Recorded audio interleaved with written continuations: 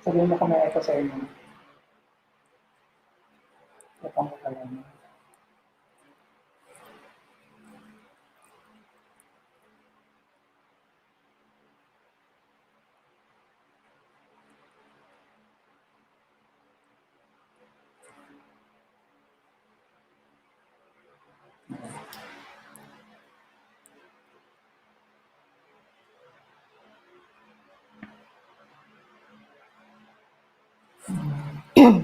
Mga one.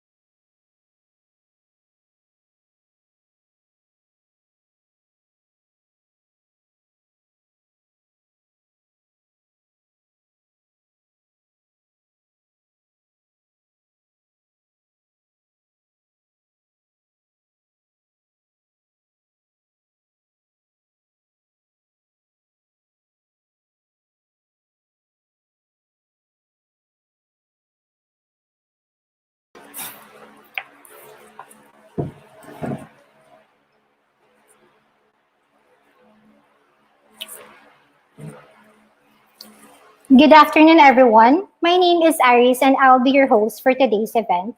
In 5 minutes, we will begin our webinar. Kindly be guided by our guidelines shown on your screen.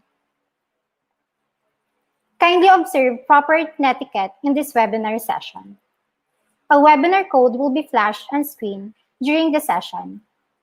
The code will be required in the online evaluation form after the session for you to receive an e-certificate.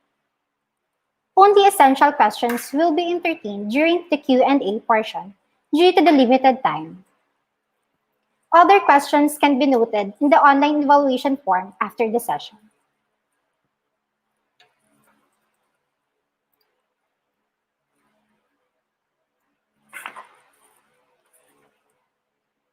Once again, good afternoon. I hope you had a good lunch or you're having your lunch right now. Before we begin, can we ask all present online to answer a quick survey for us to know the profile of our viewers this afternoon? Kindly open a new tab on your computer and type the link flashed on screen.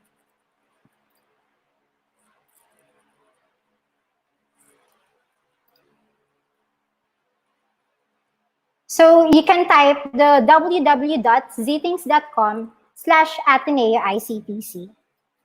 This is a quick survey. First, may we ask from what province are you from?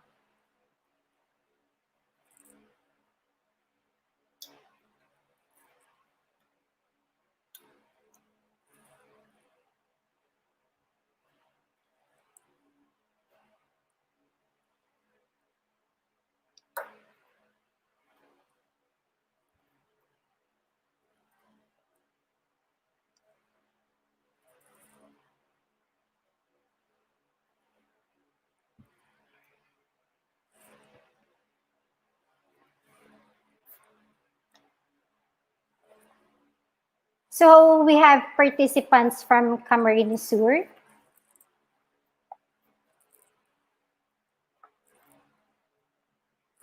also from Sorsogon,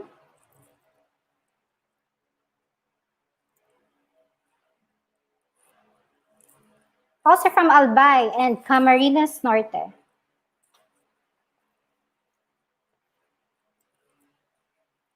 From Catanduanes.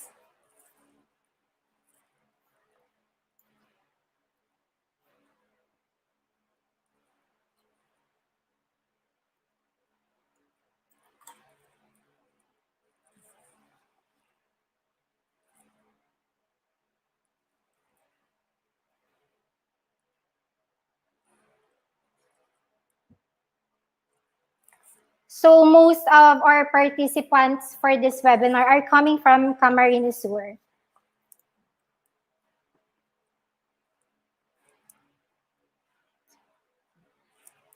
Second, may we ask from what sector do you belong?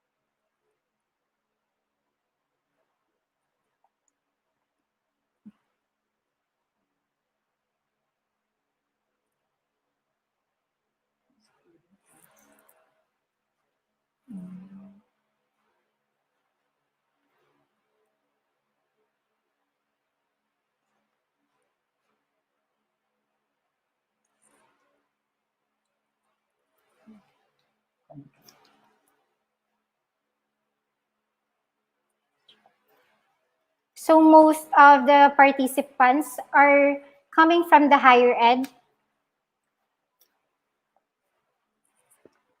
Thank you for your responses to our quick survey. Ateneo de Naga University, through the College of Computer Studies, the Center in Information Technology Education, and the Information and Communications Technology Center, or ICTC, present to you our second webinar series entitled Teaching and Learning Online Using G Suite for Education, This Wednesday, July 8, 2020. To formally begin our session, let me take this opportunity to thank our sponsor, the Q Software Research Corporation. The Q Software Research Corporation, or QSR, is a Google for Education partner since 2017. Their organization has already made considerable achievements, mainly in digital education for Philippine public and private schools, and its constituents through the use of Google tools. Their mission is to address the digital divide between Philippine demographics and regions using Google for Education, a free solution for educational institutions and professional development training for teachers to help school owners, educators, and students to use the right technologies effectively in their unique practices relevant in the 21st century. So our first speaker for this afternoon, she has an interdisciplinary PhD in secondary education, curriculum studies, and communications and technology from the University of Alberta in Canada. As a PhD student, she was educational technology mentor at the U of A's Faculty and Education Computer Lab and a teaching assistant in her supervisor's online courses. From 2015 to 2019, she was the e-learning specialist for ADB eLearn, the external e-learning platform of the Asian Development Bank, or ADB. She has done e-learning through Moodle, Blackboard, Illuminate, and the Google Sites. She is currently a senior project coordinator at ADB and a professional lecturer at UP Diliman. Everyone, let us all welcome on screen Dr. Almad Aguila. Marhay na hapon sa inyong lahat. It's my first time to actually go to Bicol without actually going to Bicol. I'd like to thank Ateneo ICT for providing us with that short survey. So I know that you're not only from Naga, but you're from all over, not just in Bicol, but in other places in the Philippines. So let's begin with a very short survey. Again, can we have you write your comments, like questions and your comments on how it feels like to teach and learn during the time of COVID. While you're doing that, can I ask the team to play the two videos that we have? I actually have two videos to show you. I don't think we have audio. Can we have it again with audio? So in the meantime, if you have any comments or questions, so that it will be more, I can be more responsive with my presentation regarding teaching and learning in the time of COVID. If you have anything that you'd like me to address. I'm doing a short introduction to prepare you for your Google Suite tutorial later. Can we have the video? Okay, I think they're playing the video now. There are two videos I want you there are two videos I'd like you to watch before I start my presentation. So in this way, it can give you some insights about technology and education.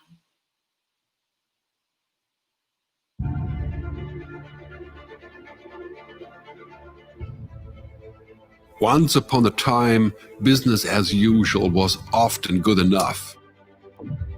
No more. Where we are going, good enough is dead. In a world where everything is connected, where everything is equally excellent, where performance is reaching perfection, there's only one space left to innovate in: you. Right now, you are a central point in the raging tornado of change fueled by digitization, mobilization, augmentation, disintermediation, automation. Well, the list goes on. Science fiction is becoming science fact. Think about self-driving cars or computers that can learn and think.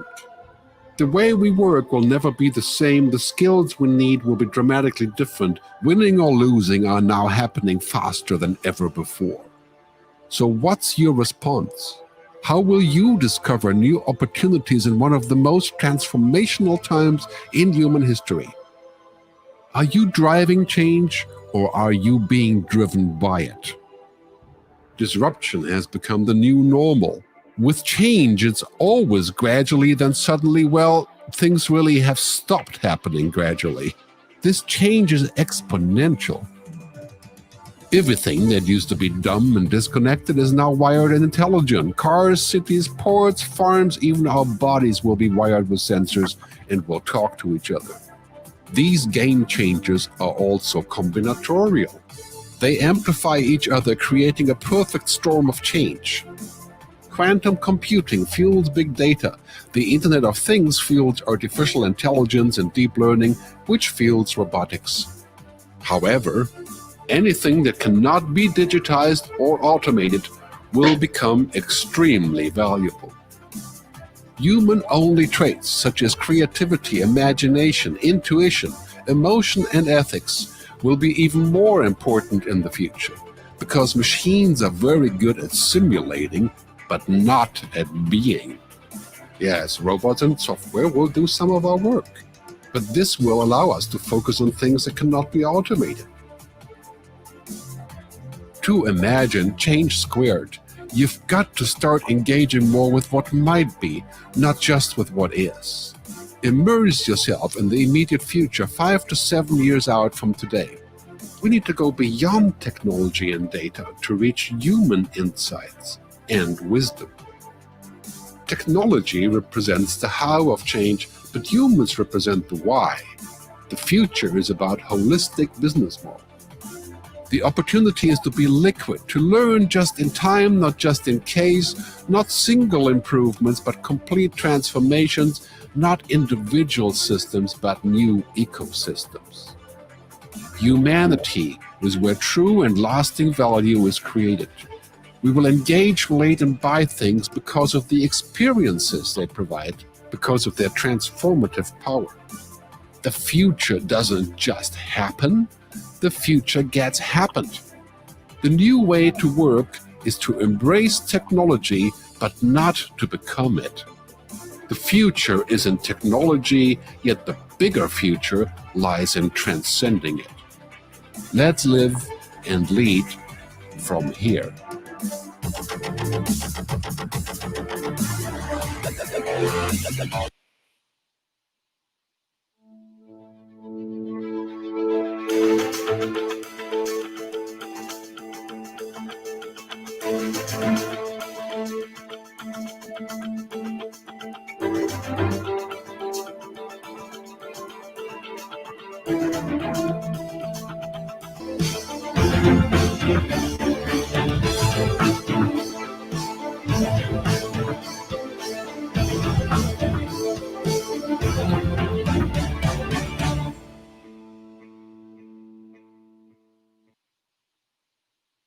Thank you. Can I have the next slide, please? So according to, I've been reading your comments in YouTube, and many of you have said that it's very challenging for both teachers and students. That's quite true. I've also seen that some of you find it actually exciting. So this part of the webinar will give you something to think about as you go into the Google Suite tutorial later. Next slide, please.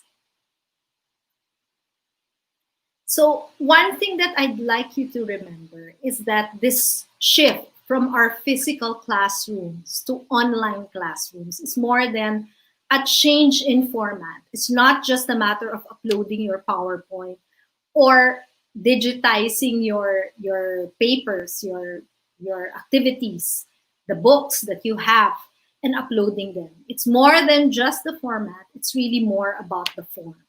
Next slide, please. So it's really a paradigm shift, and I'd like to focus on only two. There are more, but I want you to think about two in particular to guide you in your efforts to shift from the physical classroom to online classrooms. So the first is your view of learning, and the next is your view of technology. Next slide, please. So rethinking learning means accepting the change that has happened in the last few years. The shift from 20th century learning, which is teacher-centered, content-driven curriculum, to 21st century learning. It's student learning, student-centered learning. I'm sure you've read the policies given to you by DepEd, and I'm hoping that you've had a chance to really digest what these mean. Next slide, please. So there are actually two implications of the 21st century learning framework. This framework, we've been introduced to these since the early 2000s. In the Philippines, I'm not quite certain when DepEd started sending us policies, but this has been around for quite some time. So these two implications, I'd like to focus particularly on knowledge and pedagogy. So how does this 21st century learning framework change the way we view knowledge and pedagogy? Next, please. So let's start with pedagogy. I'm sorry, I wasn't able to flip the two bullet points. That happens.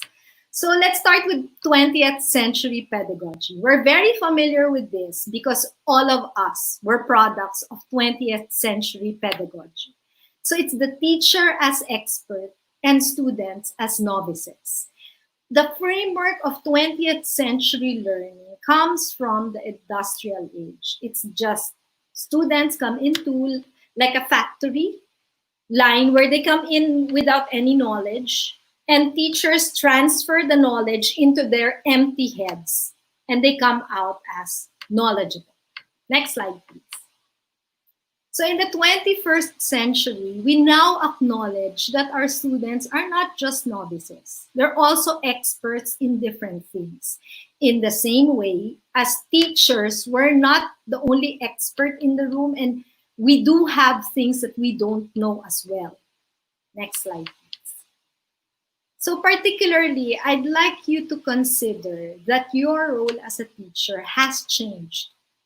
Now you're not just the expert, you're an innovator, a mentor. According to the video that you watched earlier, you're a mentor, a motivator, an illuminator, a catalyst, and more importantly, a curator of knowledge. So a curator in an art gallery decides what pieces can be brought together, decides a particular theme, and presents that to the general public. So in the same way, as a teacher, you bring materials together, you create themes, you give meaning to these materials, and then you co-create knowledge with your students. In fact, next slide, please. So this is also an impact of this 21st century learning framework. So knowledge is now co-created. We now acknowledge that knowledge is dynamic. So it changes. Something that we've accepted today may not be acceptable in the near future. Something that we thought did not make sense before now makes sense. So it's focusing on the meaning of knowledge, the how and the why, rather than just the what. So it's not defining knowledge, but knowing that you share your power in learning with your students.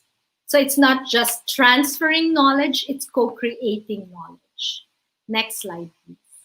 Let me know if I'm going too fast, if I'm losing you along the way. I really don't want to add to your confusion or to your anxiety. I'm here to help you understand the changes that you're facing. I know it's a very anxious time for everyone, and I'm really willing to share what I know. And please let me know if there's anything that you want clarified as I go along. I'm doing this very quickly so I can give you more time to ask questions that I can answer directly. So the second part of my short presentation is about technology. I'd like to invite you to rethink technology. Next slide, please. There's a common misconception about technology, and I can't say that I didn't have this perception before I took my PhD. So Technology is actually, if you break down the word technology, comes from the root word techne. It's a Greek word which means art or craft. So, and of course, logy is the study of. So it's actually, next slide, please. So technology is both the device and tool and the technique used for that tool. I'm often, when I ask people to give me an example of technology, the first thing they do is actually show me their smartphone, their computer. It's not uncommon for people to recognize the technology or gadgets, but it's more than just the gadget. Next slide, please. So this is how we think of technology. It's pretty common. I'm hoping that by the end of this presentation, I've given you something else to think about when you think of technology.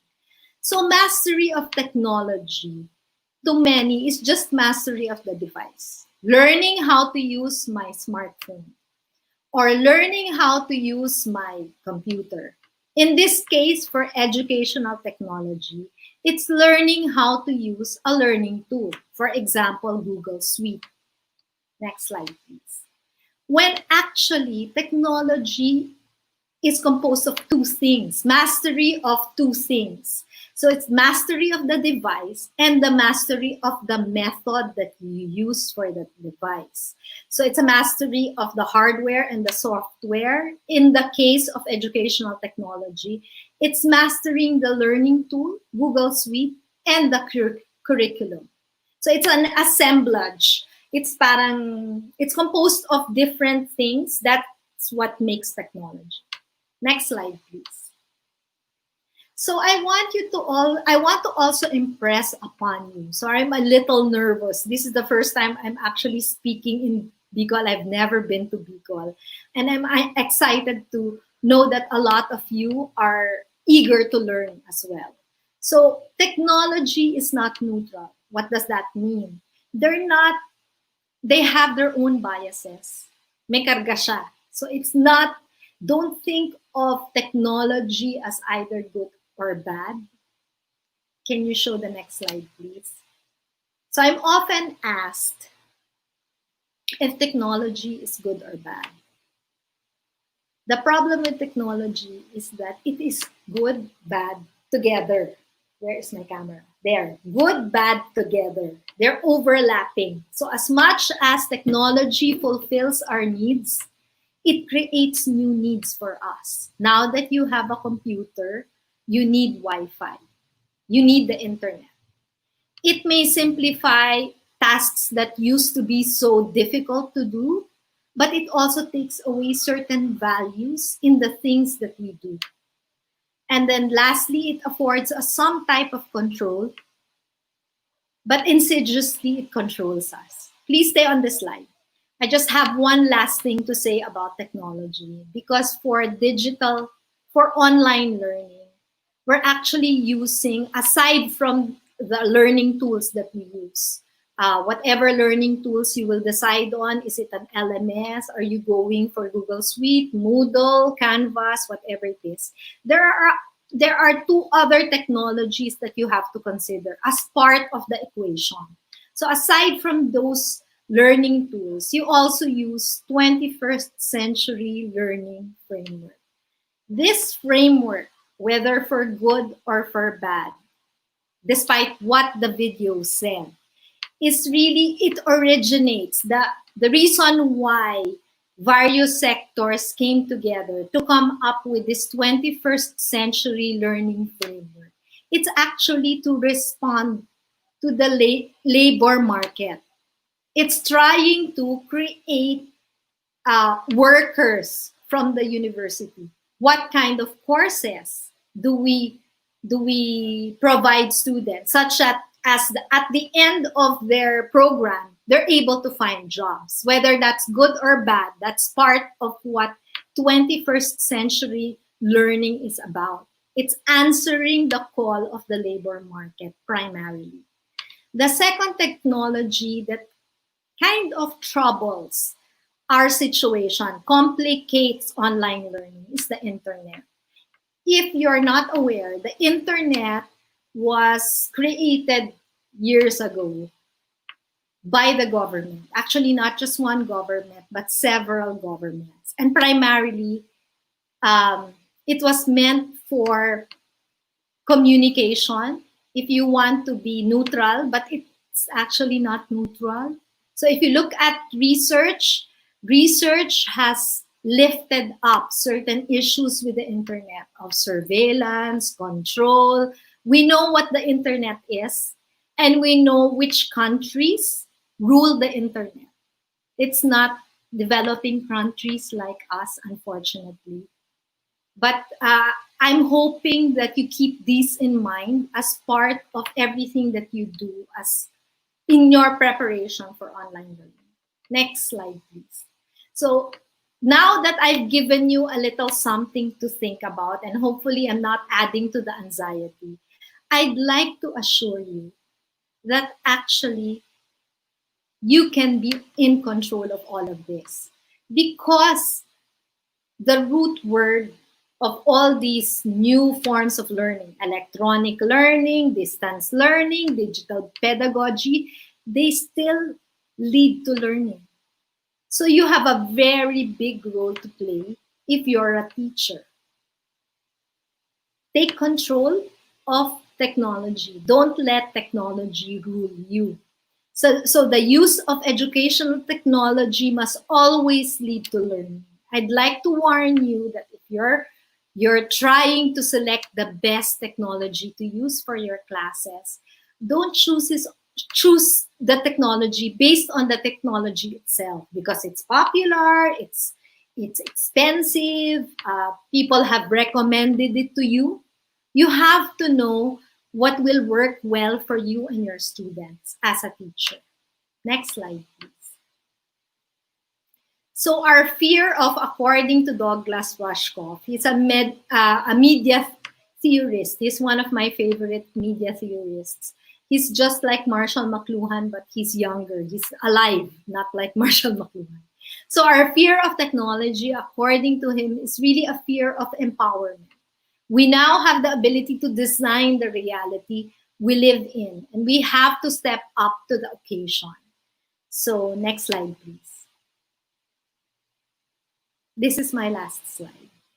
We're moving into an era where we will define ourselves more by the technologies we refuse than the ones we accept. So I'm hoping that as teachers, you take control. So don't let technology control you, dictate how you will teach. Choose the technology that will enhance your teaching and the learning of your students. Thank you. Next slide, please. So now we have time for comments and questions.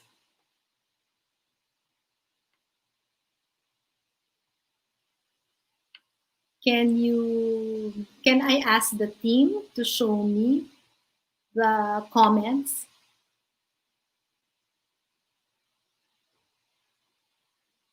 I don't see any comments. Nice to see you here virtually. That's not for me. Good afternoon. Any questions or comments? Oh, can you show that again to me? Sorry, I went to the other. We share your challenges and difficulties in the sudden shift to online teaching and learning. This is from Ateneo ICTC. We hope that this webinar will help you in a way. I've been talking to the Dean of ICTC. We were testing the technology yesterday. And I am so happy to note that they actually have a strategy, and it's a smart one. Good afternoon po. Truly shifting to online learning is challenging. However, this is a challenge I know will result to self-growth, especially in the needs of the modern times. Yes, Jennifer. Actually, it's about time that we get on board. We have to move ahead to the 21st century. And unfortunately, we have been placed in a situation where we don't have a choice. I just want to encourage you that we can do this. So according to J. Salvador Salvosa, teaching online can be awkward sometimes. That's true, especially when you're delivering strong statements or the occasional jests. Impact is it's lessened when there's a digital between you and your audience. Very good. Thank you, Sir Jay. Actually, a screen can show you things, but it can also hide things from you. It can get between you and your students. Learning modality, according to Sir Eric, student accessibility to technologies, readiness of teachers and students, validity and reliability of assessments. Very good. All of these are research-based. Quality and frequency of learning engagement are all challenges. Absolutely. Absolutely, they are. You have to be flexible as teachers. So if you have a plan and it doesn't work, change the plan. It's very exhausting since based in my experience, there is more work to do in the context. Yes, that's true. Context of remote and flexible teaching and learning. I also miss the immediate interaction with students. Absolutely. So 21st century pedagogy is really based on relationship. So it's mentoring your students, reaching out. Find a way to reach out to your students. It doesn't have to be all the time as a group of students. You can reach out to them via email, send them a Facebook message if that's the way to reach your students. Next. Any other comments or questions? Students had difficulty with Yes. So instead of using Google Classroom, we transferred to FB Messenger, which is more accessible to the majority. Thank you, Ms. Marlene. Actually, as an e-learning expert, a specialist, it's quite unusual that I actually don't recommend e-learning for all. You have to be familiar as a teacher. You have to be comfortable with e-learning. You also have to consider, like Ms. Marlene said, accessibility.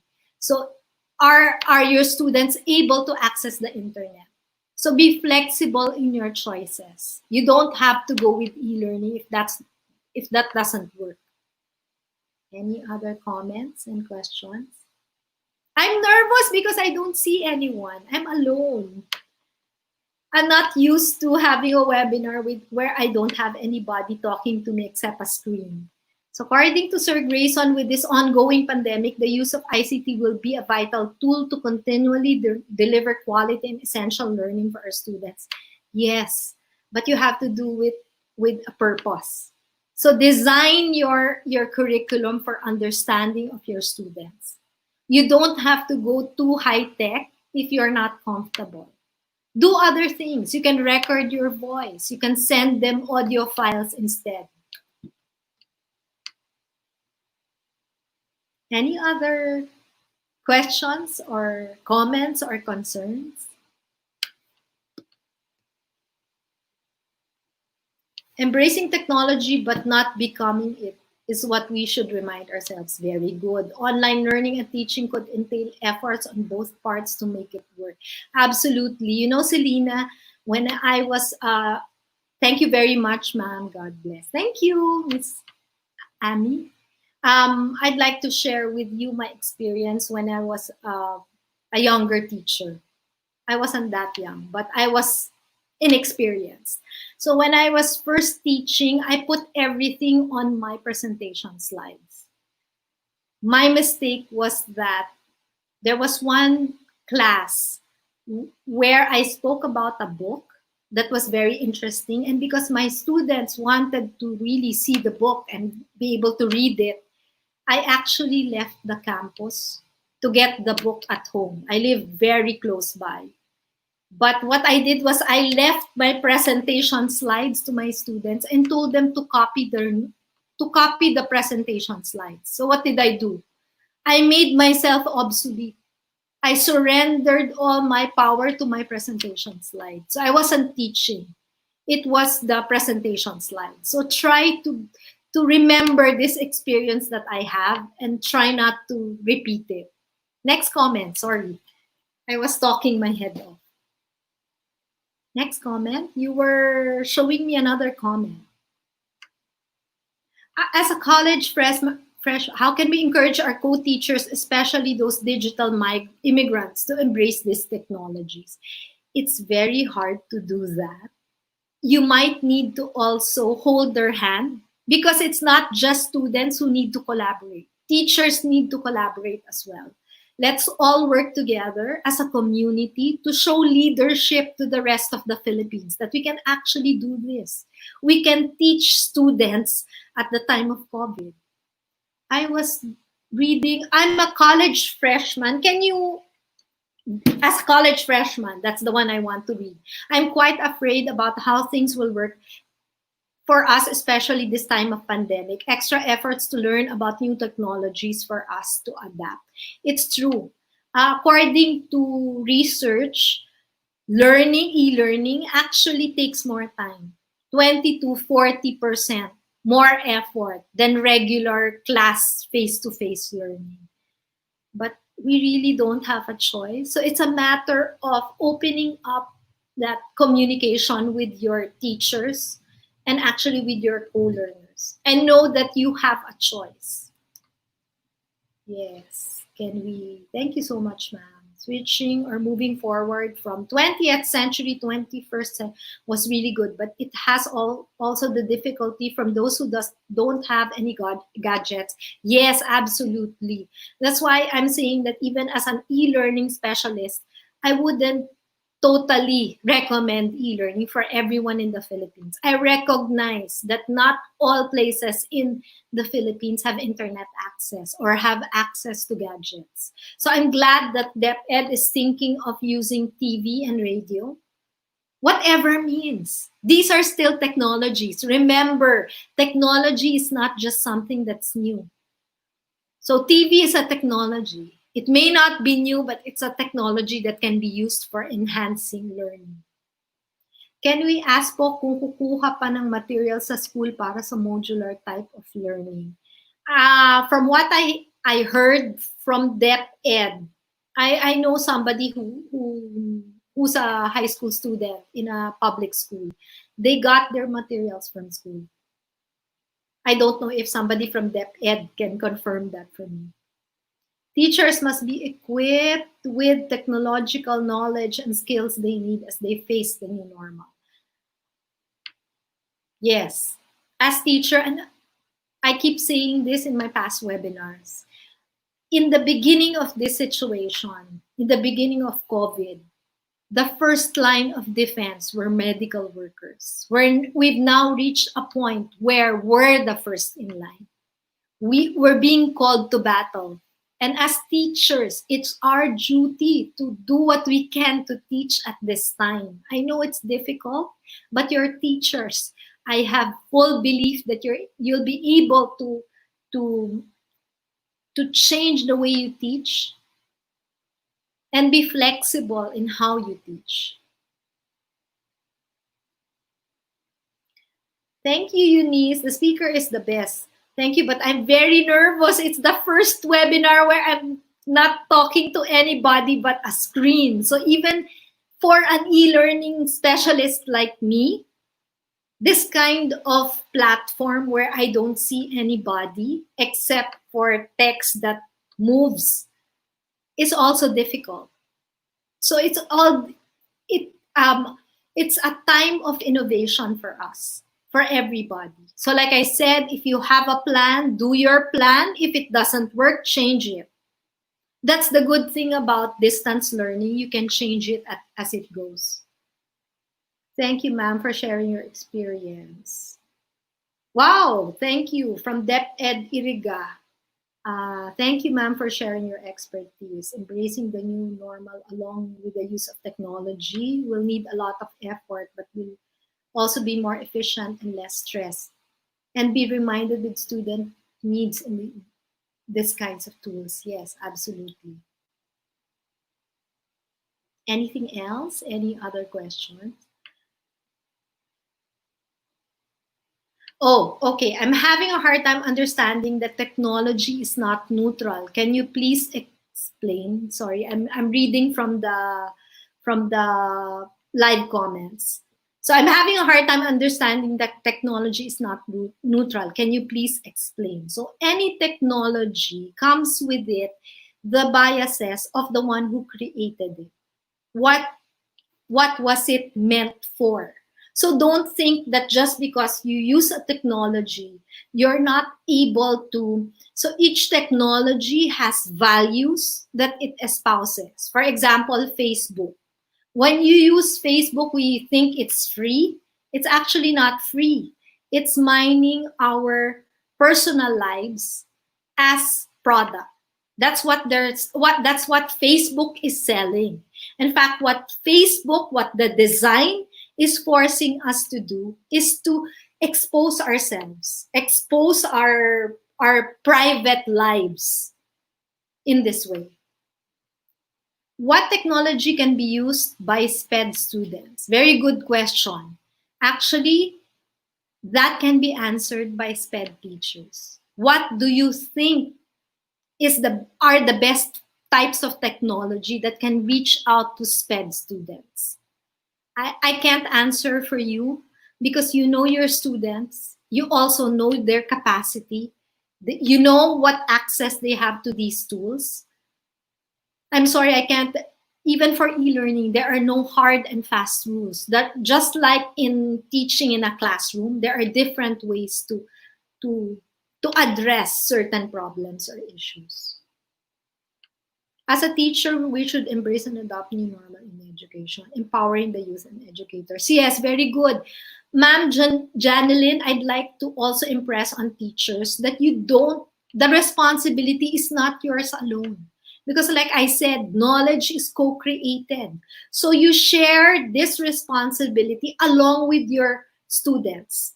So it's active learning. So it's not just you who does everything. Your students need to be given responsibilities as well. They need to be self-reliant as well.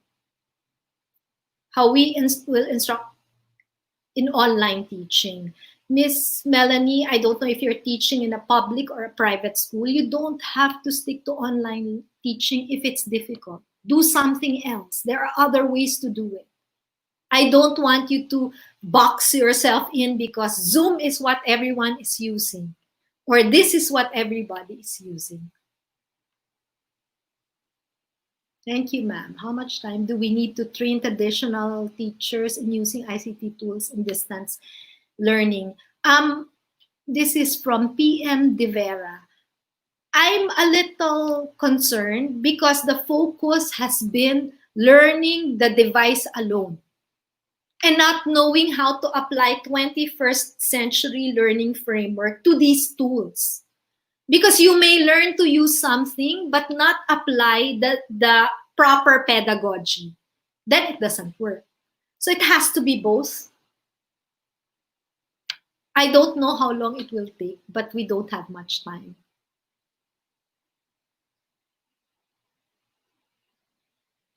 Yes, it should be student-centered approach. Yes, absolutely. It's not about the technology. Remember, you don't want to be obsolete by technology. You don't want technology to teach for you.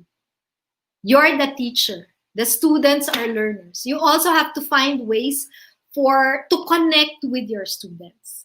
That's what it's about. So online learning is about making sure that students also feel your presence. Students feel the presence of co-learners as well.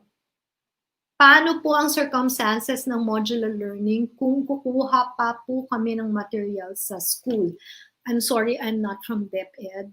But I think for modular learning, they were asked to get their materials once. I don't know if DepEd has changed that. Requires students to be on the internet for a period of time. These long exposures had become opportunities for digital threats such as cyberbullying, Zoom bombing to happen. Yes, I'd like to also emphasize that don't expect your time. You don't translate physical classes to online classes. It's not one-to-one. So if you meet your students 40 minutes in the classroom, don't expect to meet them 40 minutes online. There should be time for them to do co-learning where they do things by themselves. And what you can do is you can actually join their conference, their video conference, and see what they're doing. Like when you're doing a workshop in class, where you walk around, you group your students together, they're working on a project, and as a teacher, you facilitate.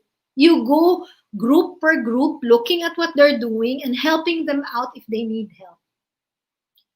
But this is also a call for being a public school teacher at a third-class municipality. It's really heart-crushing to be put in a situation where there's a lack of resources for the achievement of teaching learning process. Yes, I understand. That's why I'm not recommending e-learning for all. Find a way that works. I'm sure you can innovate. You're a teacher, and I know that you can find ways.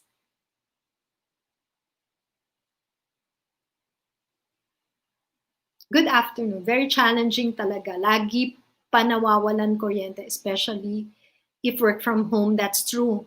That's why, but even without those challenges, technology is always risky. It can fail. So you have to be ready to teach without technology at all. Find ways. There are other forms of technology. Next, please.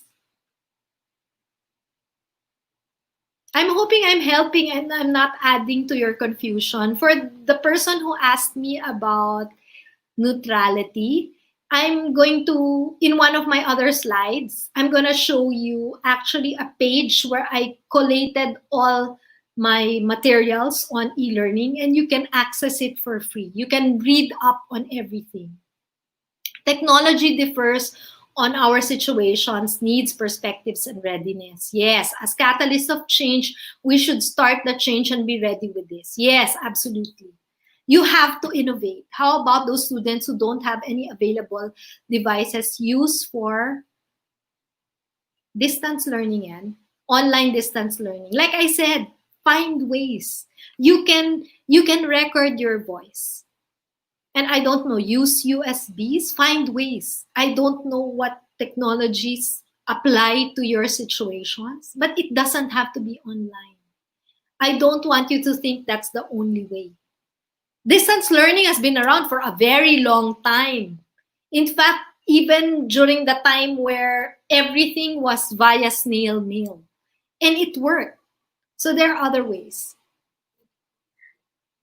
Any other comments or questions? As a teacher, we need to give the best for our students. Using technology in many other ways will help them learn more. Just focus on what is essential. Yes, what is essential is the learning. Remember, don't be attracted to certain technologies because they have all the bells and whistles. When I was younger, I thought everything would look nice. But when you use too much technology and it has no purpose in the learning, it's distracting. It won't help your students learn. So get rid of it. Technology is a double-edged sword. Should be led by our minds and not consume us. Very good, yes. This is here, we have to embrace that many changes in teaching and learning process. The teacher should always have the enthusiasm to learn more and share more from the students. I'm going to have a next webinar where I'm going deeper into pedagogy and digital technology. This is only an introduction. That's why I couldn't give you everything. But research has shown that teacher presence is actually perceived by students through warmth, concern of the teacher. So it's really about your relationship. That the student knows that you care about that student's learning. So it's not just about criticizing for criticizing's sake, but for giving critical ways for the student to improve. Did I answer that question? I don't know if I did. Real Awakening Seminar. Oh, that's good. I'm glad to know. Modular is vital now because it differs from lesson planning. Yes, because for distance learning, for online learning, you need to chunk. You make it smaller. Units instead of an entire... And you might have to let go of the idea that you are organizing your lessons by session. Think of it as an entire week. You can give assignments to your students where they can do it independently, and you come together to really apply. So you can do flip classroom model. If you're not familiar, you can always go online and search for it. Paano, ma'am, yung sa preschool po, is online learning effective for them? Yes, it's also effective for them. So you can do short Zoom meetings where they can see their classmates, they can interact with teacher, and you can do things together that are active. So on the screen is a QR code, two QR codes. One is for my Gmail account. You can still copy it if you want. And I also have a Google site with one page devoted to e-learning. So that's an example of curating knowledge, identifying what materials are important. It's not easy to find materials, but these materials, I can guarantee you, I've used. I've already vetted them. They're the ones that make sense. They're the ones that are important. That's why we are here po sa may signal para lang mag-update sa inyo on how to deliver soon to. Yes, I understand that it's a difficult time because you need to do it now. You need to do it in a few weeks' time, and nobody's ready. So don't despair. Just know that you're a teacher, and you'll find a way. I think the best thing we can do as teachers is to consider the context very good of our students. That is when to and not to use technology. Very good. Just because the technology is there doesn't mean you have to use it. Like Douglas Rushkoff said, we will be defined not by the technologies we use, but that technologies we refuse to use. So you may refuse to use online learning because you know that your students don't have access, or that it's difficult for you to learn it and difficult for your students. Change is inevitable. As a teacher, we must embrace a new normal wholeheartedly. I know, but it's difficult. So I'm hoping that in time you will learn. I'm being asked to proceed. So this is my teaching philosophy. I'd like to share it with you as my last, as a way to give you courage about what you need to do. So the primary resource you have as a teacher is yourself, your whole self, mind, spirit, and body. And unless you are willing to teach with your whole self, with everything you have, you are not going to teach at all. So research has shown that the passion of the teacher, the belief, the knowledge, the competence of the teacher plays into the learning of the student as well. I'll just show you one last slide before I give this over to Camille, who will give you the Google Suite tutorial. So this is my next webinar, and I'm going deeper. This is research-based. If you have any further questions or anything, I will encourage you to watch this as well, because this will be devoted particularly to research on online learning. Thank you. I hope I helped. Have a good day, and I hope you learn from your Google Suite tutorial. Bye.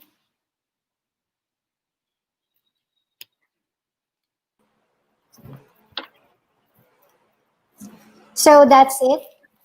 As much as you want to entertain and answer all your questions and read all your comments, as of the moment, we will limit it for now as we still have another session.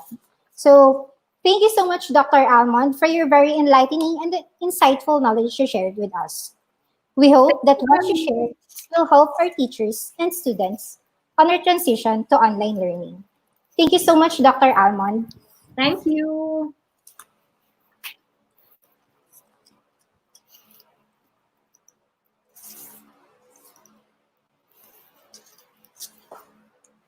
So before we proceed to our next speaker, take note of the webinar code, NeoNormal. This webinar code will be used for the evaluation form that will accomplish later to get your e-certificate. So don't forget, that's NeoNormal, NeoNormal. So at this point in time, we will proceed to our next topic. Our second speaker for today, she is a graduate of AB Literature from the University of Santo Tomas and is currently taking her master's in comparative literature at the University of the Philippines, Diliman. She has taught in both senior high school and college. Currently, she is a full-time trainer of QSR, a Google certified educator, and on a mission to help educators to better utilize G Suite for education. Everyone, let us all welcome on screen Ma'am Camille Tabata. Hi everyone. Good afternoon. Thank you, Ateneo ICT, for inviting us. Sir Joshua Martinez for including QSR and inviting us to have this talk for today. And again, good afternoon, everyone. We hope you enjoyed your lunch earlier on because it's going to be quite long. We're going to be together for quite some time, for about a couple of hours.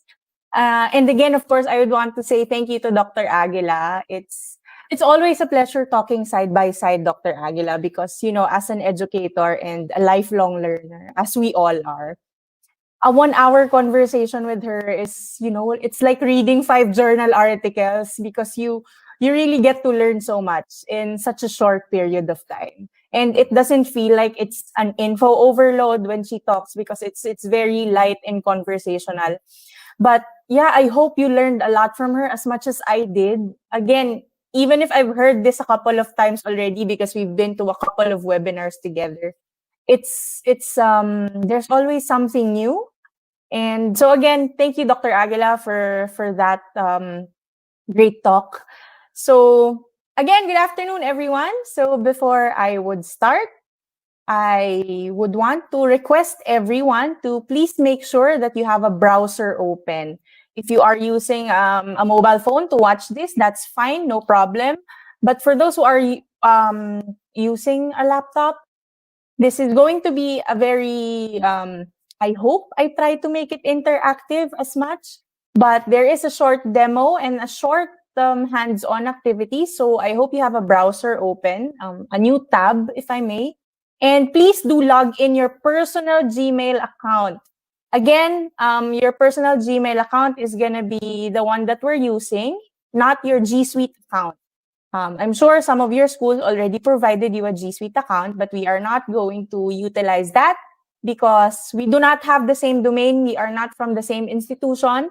So we might have problems along the way. So let's just use our personal Gmail accounts, okay? So I'm going to give you a few minutes. I'm just going to talk here a bit, but please, again, log into your personal Gmail accounts. We are going to use that later.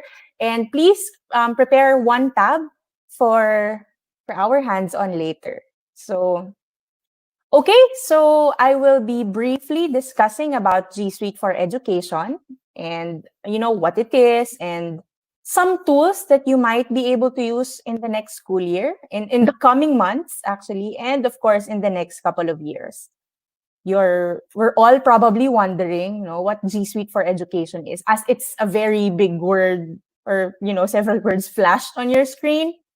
But G Suite for Education is a set of tools that Google provided to help us have a better learning and working environment. So this includes Google Docs, Sheets, Slides, Google Classroom, and many more tools.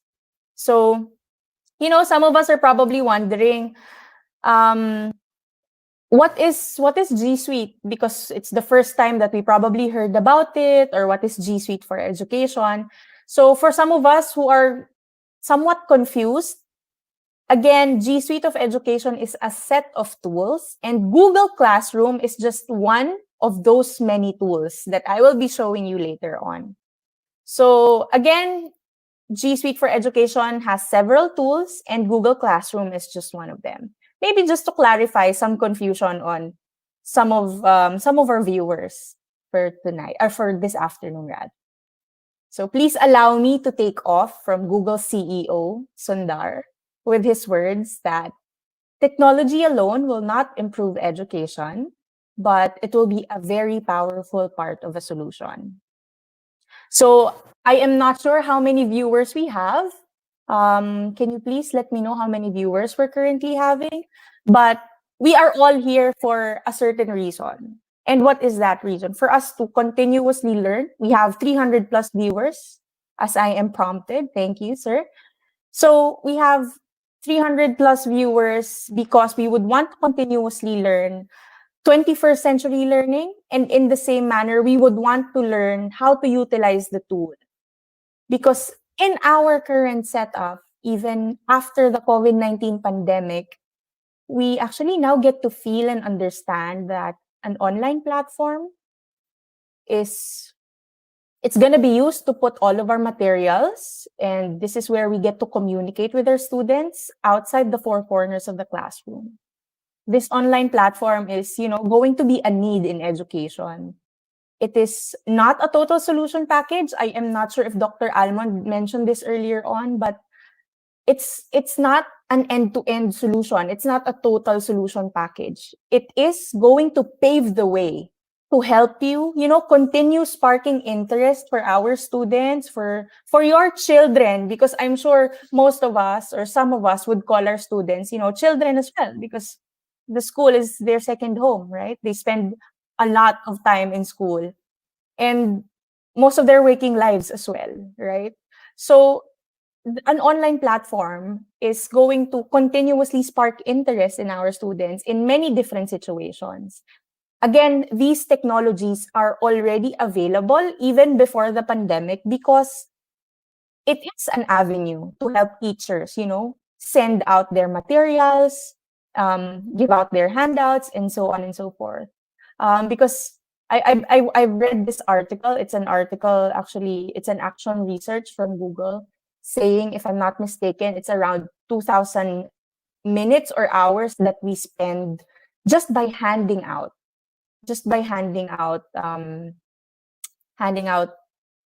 paper and giving them back their quizzes.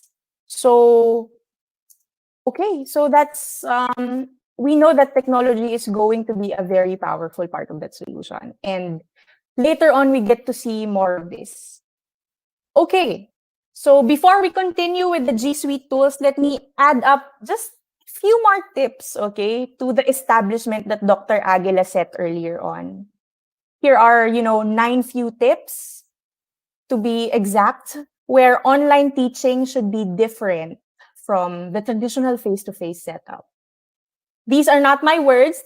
I got these from Melanie Kitchen, and she is a coordinator of instructional technology and staff development in Western New York. So allow me to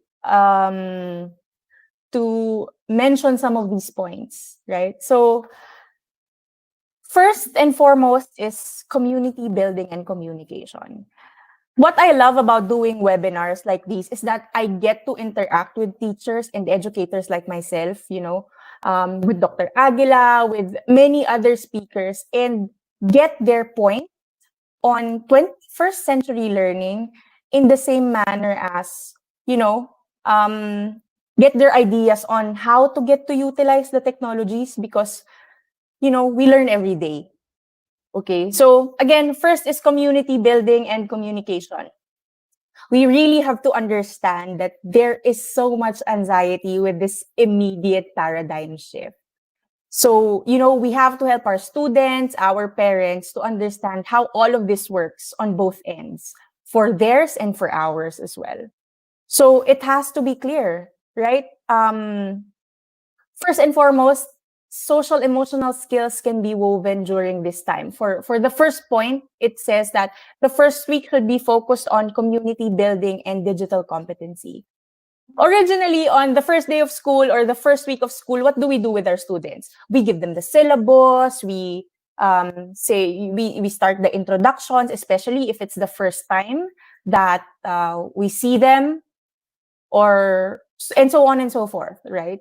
But it is suggested that during the first week of classes, we teach them, we communicate with them, we establish emotional connection with them.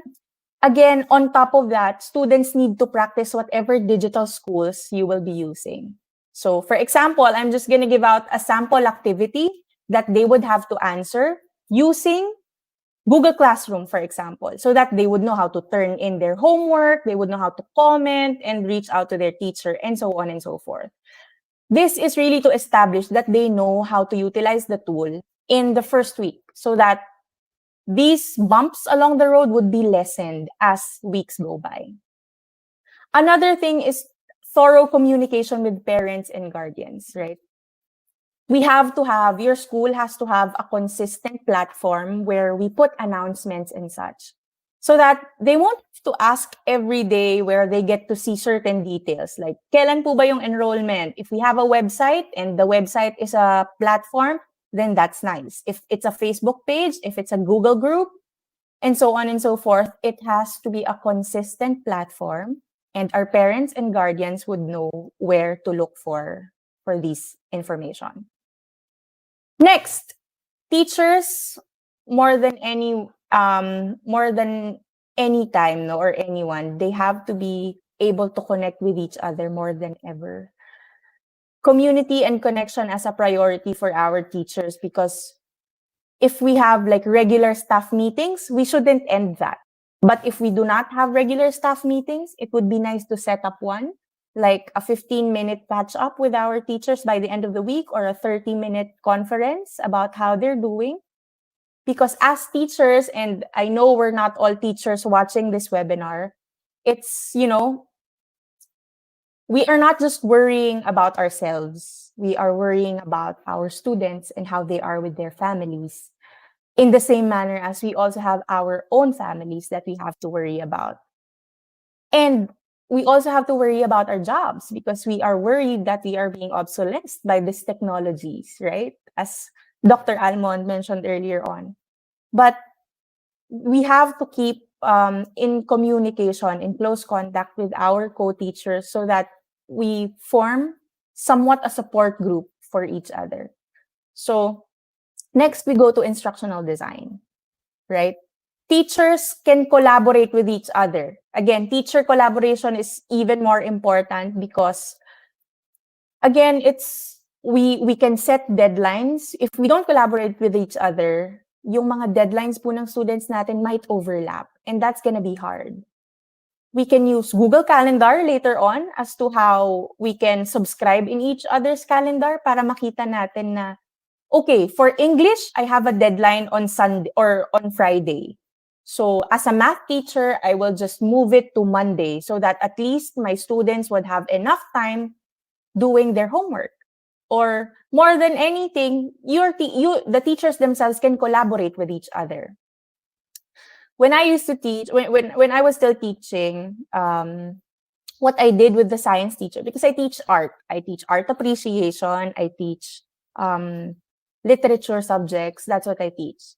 And I collaborated with a science teacher on this model. I forgot, it's mitosis and meiosis. Yung gagawa sila ng clay models. I remember collaborating with this teacher. And it's one performance task already. It's one activity, but for 2 subjects. While the other teacher does it, looks at the more tech aspect or the more specific aspect, like tama ba yung process na ginawa for meiosis and mitosis. I will look on the more artistic aspect of the design, or of the clay design or whatnot. So that is how you could collaborate with your teachers. One, to lessen the load on your students' end, and again, still to continuously, build up that teamwork with our co-teachers. So next point is to chunk our content into bite-sized pieces. I remember clearly Dr. Almond mentioning this earlier on, because the time in the internet is totally different from the time we do with the face-to-face setup. And of course, the face-to-face time should be used for active learning. We would want, if we want our students to show up in our, video conferences and the like, we have to make sure that it's worth their time. If it's a 20-minute video conference or like a 15-minute video conference, it really needs to be something active and engaging for them. And anytime they can work with the material, they can categorize it, organize it, share their further thoughts on whatever material we sent offline. This is the moment we start a video conference, we really have to understand that it's a ticking time bomb, right? Whether it be a tech issue or a connection issue, or them being bored or sleepy or hungry or going to the CR for bio break, the time we spend with them has to be participative because they would want to be engaged in the learning, right? So last few points on these tips. Our instructions has to be clear, concise, and very easy to follow. That's very clear. It has to be that. If we could put, examples or videos how to do it, better. So that they won't have to spend more time thinking or worrying kung tama ba yung ginawa nila or not. And second to the last is that grading practices should take a backseat to feed. Why? Because feedback is very, very important. We can create rubrics, for example. That's going to be one way. Another is to put, feedback to our students' work. If they get an 80 over 100 because of their essay, I mean, I don't mind. As a student, I don't mind getting an 80 over 100, but it would be great for my teacher to tell me, bakit kaya ako 80? What did I do wrong? Or maybe because I was not able to cite the source. These feedback from teachers from our end is going to be very, very, it's going to help our students to learn more and to engage more, right? And we also have, comment bank in Google Classroom, so that if you say good job and you don't have to type it all the time, right? You can just put good job in the comment box or in the comment bank rather, and then you can just, click it for when you need to write that same comment again. And summative assessments should also focus on creation. A lot of us, I know, are worried about paano po kapag nag-cheat yung student? What if how am I going to be sure that my students aren't going to be cheating? If we give them like things to answer that's Googleable or that's easily Googled, they will. They always have a way if they want to do it, right? That's why on our end as teachers, we have to be creative and we would ask them to create, because I mean, how are they going to copy something that they will create on their own? Like creating a video, for example, and so on and so forth. It may be different for many different subjects, but yeah, please, it's you can collaborate with your teachers, ask them their ideas. I'm sure it's gonna be easy for everyone if we communicate and collaborate with each other. I mean, it's not gonna be easy for everyone, but it's going to lighten the load if we continuously help each other. So again, these are some tips from Melanie Kitchen, just to start off. And I hope these points add up to our foundation on the concept of e-learning, or, 21st.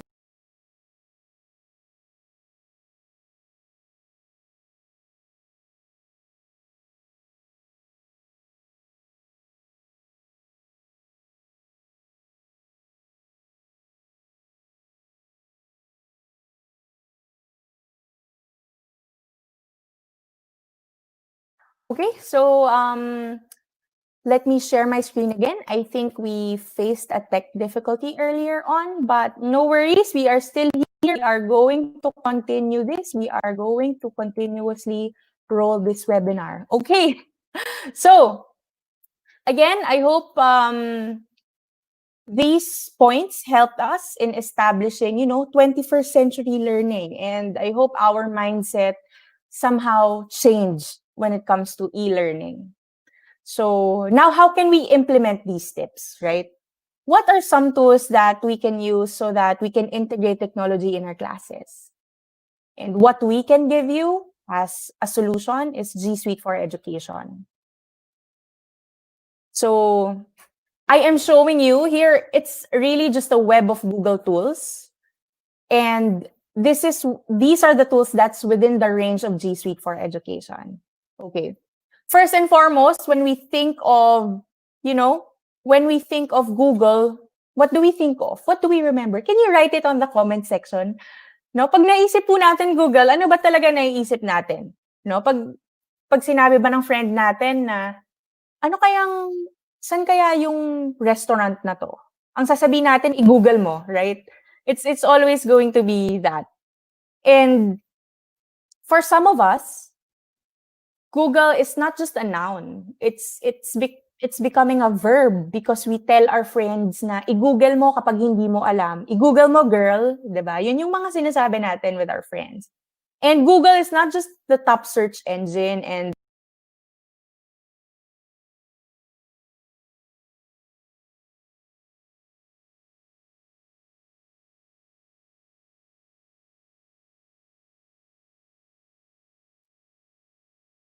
okay, so as mentioned earlier on, it's right. It's a search engine. It's a finder, a friend. All sources are there. We're going to Google Classroom. It's a search engine. Most of your answers are Google engine, or sorry, it's a search engine, right? So most of the answers are that Google is a search engine. And you're correct. But again, it's more to, there's a lot of things to Google than just being a search engine and just being Gmail, right? Okay, so there is more to Google than that. Again, these are a web of tools, and we will be looking onto these things further as we group them together, right? So, for communication tools, we have Gmail. Of course, sino po ba ang hindi familiar with Gmail dito, right? I'm sure we have a lot of people using their personal Gmail accounts aside from their G Suite accounts. And Google Meet is the video conferencing app of Google. If we're not yet familiar with that, this is what I use literally every day because I'm working from home. I work from home, so every day I get to use Google Meet and Google Hangouts as well. Google Hangouts is it's like your Facebook Messenger. It's a messaging tool. This is where you get to, chat immediately if there's an immediate need for a response. And you're probably wondering, bakit nandiyan si Google Slides sa communication tools, right?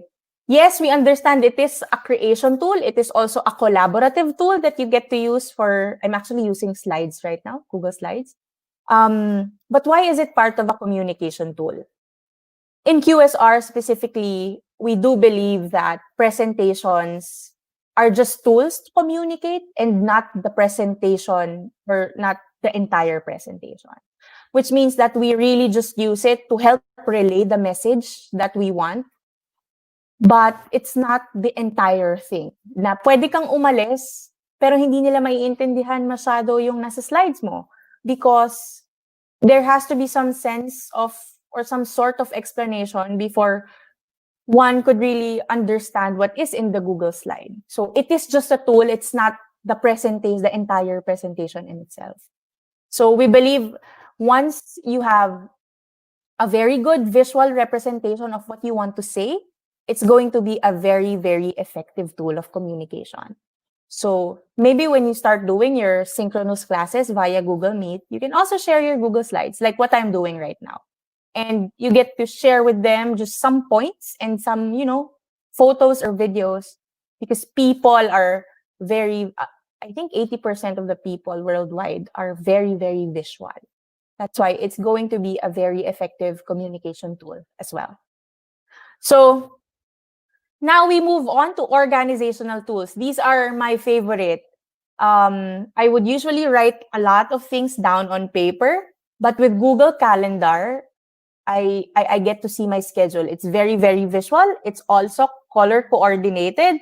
So if I need to check something on my calendar, like I would want to ask if my boss, for example, is free for a meeting on these certain timestamps or like time slots, I don't have to ask her because I'm subscribed to her calendar. And I get to see when she has a meeting and when she's free. So I can just, invite her with a Google calendar and tell her na may meeting kami. I don't even have to chat her. I would just have to show it. And it's up to her to accept or decline my invitation. Baka may gagawin pala siyang something personal, so di niya magawa, right? Google Keep is our to-do list. This is a note-taking tool. It's very, very efficient. Especially, we don't always have a paper around or a notebook, but we always have our cell phones or our mobile phones. And this is an application that's available in our mobile phones, and we can immediately just take down notes. Next, we have creation tools. Okay, for creation tools, of course, we're familiar with Google Docs. It's where we get to what? This is where we get to create essays, minutes of the meeting, proposals, and the like, especially for students who are using their thesis. This is going to be very, very efficient because you can, immediately collaborate with your teammates or like group mates. Later on, we will be showing that. Next would be Google Sheets, of course, for, data analysis. We also have Google Forms for data gathering, for, if you have clubs, sign-up forms, all of that. Feedback forms, it's also going to be very useful. So, last but not the least, among the tools that we have is the storage tool, which is Google Drive. For G Suite for Education, what I love about this is that it has unlimited storage. And ever since I started using Google Drive, I never really had the need to use my flash drive because I'm working from home. All of my files are on the cloud. So it's just one of the benefits of Google Drive, and it has unlimited storage versus how much do you have in your personal Gmail account? It's just 15 gigabytes, right? And as teachers, we have so much files. It's not just our video files, our photo files, our, other files, PDF files, all of these things are saved somewhere in our computer. Kapag sobrang daming files ng computer natin, naglalag siya, correct? And that's gonna be another problem. So having an online platform, a cloud platform where you get to save all of your files is gonna be very, very useful, especially for us teachers. So now we're wondering, how do we get to use all of these tools? Is it gonna be hard for us to access them? Actually, when it comes to infrastructure requirements, all you need is a Chrome browser. Google Chrome. If you're using a laptop, go to Google Chrome. All of these tools are web-based, so they're available online. Okay, if you have a mobile phone, you can also use them. You can download them if you have an Android app. You can download it via Play Store, and if you're using an iPhone, it's also downloadable via the App Store. So, of course, we would recommend a laptop for educators because, it's really easy to manipulate the system on a bigger screen.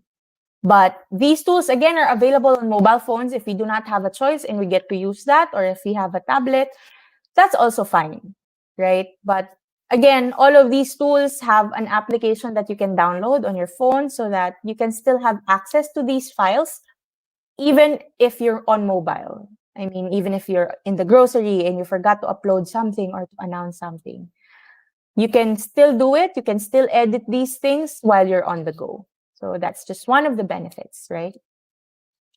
So to navigate any Google application, earlier on, I asked you to open and prepare like one Google Chrome tab, if you have that, right? If you have one tab, please prepare that. But again, we'll be doing that in a while, but I would want to show you first how to navigate through it. To navigate to any Google application, just type app.google.com on the Omnibox. Okay, what's an Omnibox? An Omnibox is this box, right? We probably know this because we were informed when we were younger or when we were doing when we were attending computer classes that this is called the address box. It is called the address box, but for Google Chrome, it's called the Omnibox. Okay, so we go to app.google.com, which means if we're going to Google Docs, we have to go to docs.google.com. If it's a Google slide, it's slides.google.com. If it's sheets, it's sheets.google.com. Okay, so I hope that helped. So again, that's docs.google.com.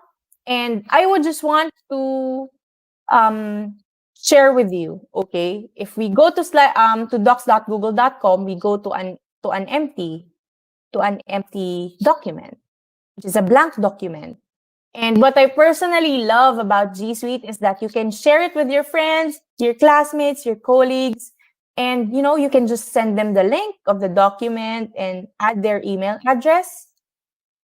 You can work on the document immediately, right? I mentioned this earlier on. If you're working on a group thesis, it's going to be very, very collaborative, and it's going to be more efficient and effective for all of you. You can, do a Hangouts chat so you can talk together, and you can still go online as you can edit through all of these things together.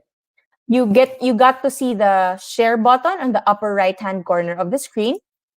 When you click that, this is what you get to see. You just add their email addresses or you give them the link, right? So those are the two ways we can share a document. And you can do everything collaboratively, right? Okay, so aside from this, what I mentioned earlier on is that you can collaborate together and you get to see this in real time, especially if you added them via their email addresses. So you know who's writing and what they're working on, right? You get to see their names. And just click the button on the upper right corner of the screen again to share it, and we can add their email addresses or get the link, and then you can start working together. I also do understand that aside from all of these collaboration things, our anxiety goes to if it saves or it doesn't, right? If we have internet connection, it actually automatically saves just about 2 seconds after your last word or last document, right? So after typing, wait a couple of seconds, you can count 1, 2, and then it saves up automatically. You don't have to continuously be worried if you edited it or you weren't able to edit it. You can also work offline, by the way. So I'm sure that's going to be a big help because not everyone has, stable internet connection. But what I love about it is that it saves up automatically. And again, I just want to show you that there are share buttons in all of our collaborative tools and creation tools. We have one in Docs, we have one in Sheets, and we also have one in Slides. So now to go on to a more, how do I say this? Collaborative activity for everyone. Please go to this link. It's bit.ly/ADNU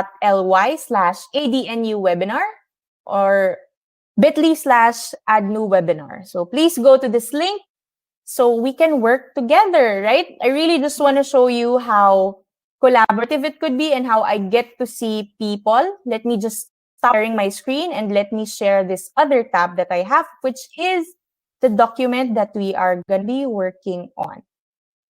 Okay, so I already have one here, Anonymous Pumpkin, in my document. Why can't I see their names? I can't see their names because I did not share it to them via their email addresses. I shared it via link, and I made sure that anyone with the link can edit this document. So there's a comment here. So as you can see, anyone in the internet with this link can edit, right? I can change this, but then of course I would want us to work on this activity, right? So please let me know if you have a new skill. Please write a new skill or hobby that you learned during the ECQ. Or up until now, I mean, I know we have 300 viewers as of the moment, but this document can only house up until 100 people working on it together. I think around 80 to 100 working together, but more than 100 if they're just going to be viewing, right? But editing together, 80 to 100. So, right, let's work on this. What did you learn during the ECQ? Please let me know. Sleeping more than 8 hours, Anonymous Turtle, right?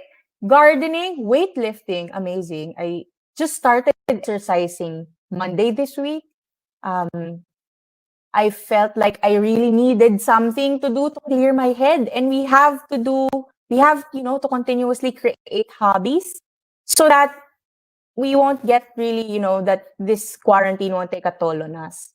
So again, the link is, what is the link? It's bit.ly/ADNU webinar. Maybe we can flash this on the screen. bit.ly ADNU webinar. Okay, let me just, yeah, dancing TikTok videos. Wow, amazing. Baking, cooking. I personally do not know how to cook. So this is really amazing for me to be reading, baking, gardening. Ang dami na pong plantitas, right? Miss Dr. Aguila is a plantita. She loves plants. Her house is full of plants. So, right. What else? Video editing. That's one skill that I would want to learn. Online class setup, right? We help each other as well. Attending webinars. I've been to a lot of webinars as well during this ECQ. I think more than 5 webinars that I've not really hosted, but I facilitated in, or actually more than 10. We had a webinar series last April 2 to 7 with the Google Educator groups. Ang dami, watching K-drama, breeding dogs. But I really just want to show you, oh, someone deleted it. Someone deleted everything, right? How can we fix this? How can we fix that? How can we go back to the old thing? Kasi ito yung worry natin, di ba? Paano po yan? Gumagawa kami ng thesis, pero ang daming nangyayari tapos na-delete lahat. Let's go to version history. Actually, we can just click this. Last edit was seconds ago. We can click this. We go to version history. And I would want to go back to this one. Sorry, let's go back to this version. And okay, so usually there's a drop-down arrow where we can actually go back to the version that we went to the last time, right? This is the current version that we have now, because this is the current version that's in this version history. Here we go. Maybe that was just a connection issue on my end. But yeah, we can restore the version that was what do you call this? That was utilized the last time. Maybe this is really a connection issue on my end, but we can restore that version. I can restore a version that I did yesterday. This was 5:51 p.m. And this was when a lot of comments was also on, on the document. So we can have that. And we can have other versions as well. Lalo kung matagal na po ito.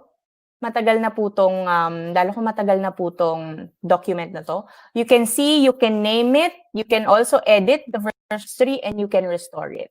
So that's really one of the benefits of the Google document, and of course your version histories. So let me now share my screen again. Let me share my presentation again. Okay. So I hope you enjoyed that activity, but really, what I really wanted to show is that it's gonna be a collaborative activity and collaborative document, and it's gonna be of great use to you and your students, especially in the coming school year. Now, I know this is what you've all been waiting for. Let's go to classroom.google.com. I'm sure a lot of us are already, excited about going to Classroom. So let's go to classroom.google.com. Again, as mentioned earlier on, please do log in using your personal Gmail account. Okay. So in your personal Gmail account, again, we can just, I'm just gonna run through this, creating a class first before we go to the hands-on activity. So let's look at Google Classroom in a glance first. Of course, to navigate to Google Classroom, you can just go to classroom.google.com. And later on, pwede ring iba-ibang ways. I'm gonna show you through the waffle icon. You can also do that. So again, classroom.google.com. And what do we do when we go to Classroom? Of course, when I click enter and I go to Classroom, this is my classroom already because I've created a lot of sample classes already and I've been practicing all throughout. So this is what Google Classroom looks like. As a teacher, what do we do? Right? The first thing that we have to do is to create a Google Classroom. Right? So to create the Google Classroom, if you can see the plus sign button on the upper right corner of the screen, I'm pointing at it right now. This is your plus sign button. You click that and you click create class. Of course, we are teachers. We will be the ones to create the class, right? And after this feature this box would appear. Please create or just type in, your class name if you teach English. If you teach English, what else? If you teach math, whatever subject, you just type it in there. It's what's going to be shown in the screen, right? All of the other information are optional, but it's really up to you if you want to put it. But the class name is very, very important, and it is a requirement before you create a class. Of course, we hit create after typing in all of these details. For example, I created an English class. So here you go. I typed in the details. It's English 12 or English 10, if I'm not mistaken.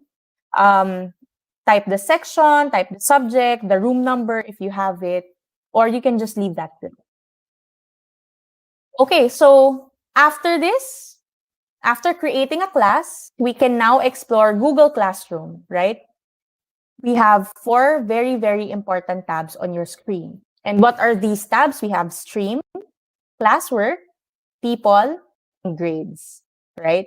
So these are the 4 important tabs in your Google Classroom. So what are these 4?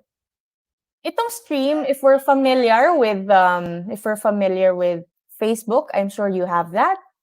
We're very, very familiar with social media. If we have that, please, this is actually very close to Facebook. This is close to your news feed, right? Kasi lahat po ng itatype natin here, everything that we would want to share with their class, they can actually copy. They can also create their own posts if they would want to, and if you would allow them. Later on, we'll try that out. Next would be People. What's People? This is where you have co-teachers. Yes, you can add teachers up until 20 co-teachers in one classroom. In G Suite for education. For students, this is also where you get to see your class list. Nasaan po yung mga students ko? Wala pang laman because di ko pa sila ini-invite. So later on, I'll be inviting you. You can add them in 2 ways. One would be via a class code, which is this one, this small letter code. Another one is via adding them directly through their email addresses. Okay. Next, we have grades. Of course, this is empty because the class is still not yet started. And later on, hopefully, we also get to see samples of these grades while we're doing the hands-on activity. And last but not the least is the classwork. Bakit ko po ba hinuli itong classwork? Because Classwork is actually the most important tab in all of these because this is where all of the heavy lifting is. Okay, so ang nakalagay po dito, this is where you assign your classwork or this is where you assign work to your class. You create assignments, you can, organize topics and so on and so forth. This is what the classwork looks like ng may laman. So makikita nyo, meron dito yung mga topic organizers that I created. You have syllabus, references. I mean, it's really up to you how you would want to organize your work or your classwork. But this is how I did my sample one. And you can drop them. So now we go to classroom, right? I created a classroom. Let me just stop sharing my screen for a while. I will give you about 5 seconds to go into your tab and go into classroom.google.com so that we can start an online or like a short but sweet hands-on activity on Google Classroom. Let me just share with you the class code. I will be sharing my screen again. A Chrome tab. Okay, let me share this window to you. Okay, please share my screen. Right. So this is my tab, right? This is my classroom. And again, use your personal Gmail accounts for this. This is the class code. You can join my class by using this class code. Okay. So please go and jump into classroom.google.com and go into and join this class code. Okay, you're gonna be wondering bakit hindi na kayo maka-enter mamaya because this is first come, first serve. In a personal Gmail account, we can only accommodate up until how many? How many kaya, right?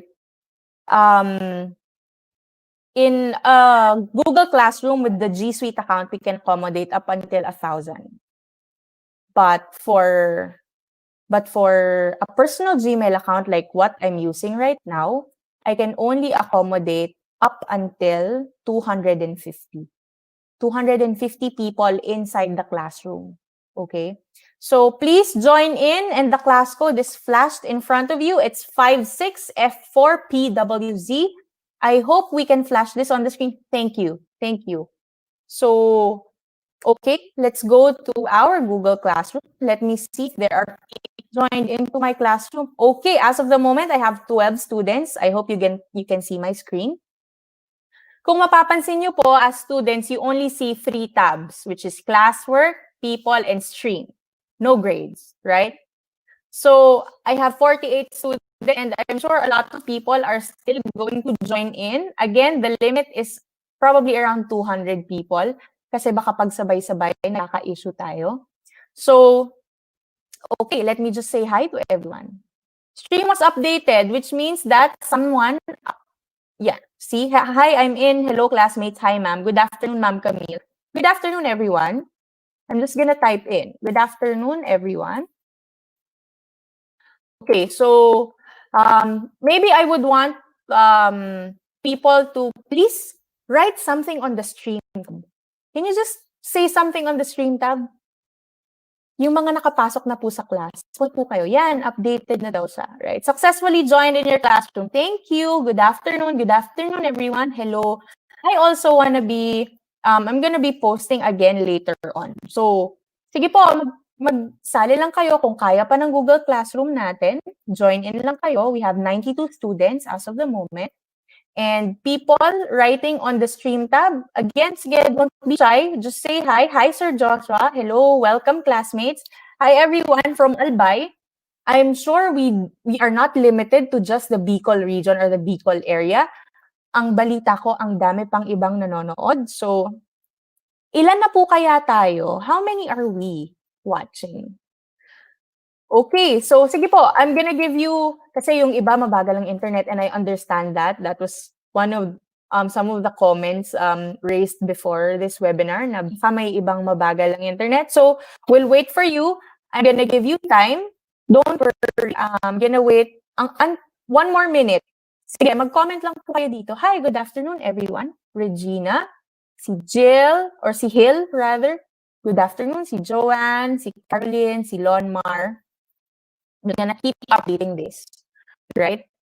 So my question is, as a teacher, would you really want, all of your 50 students to be writing on the stream? Diba? Would you want that?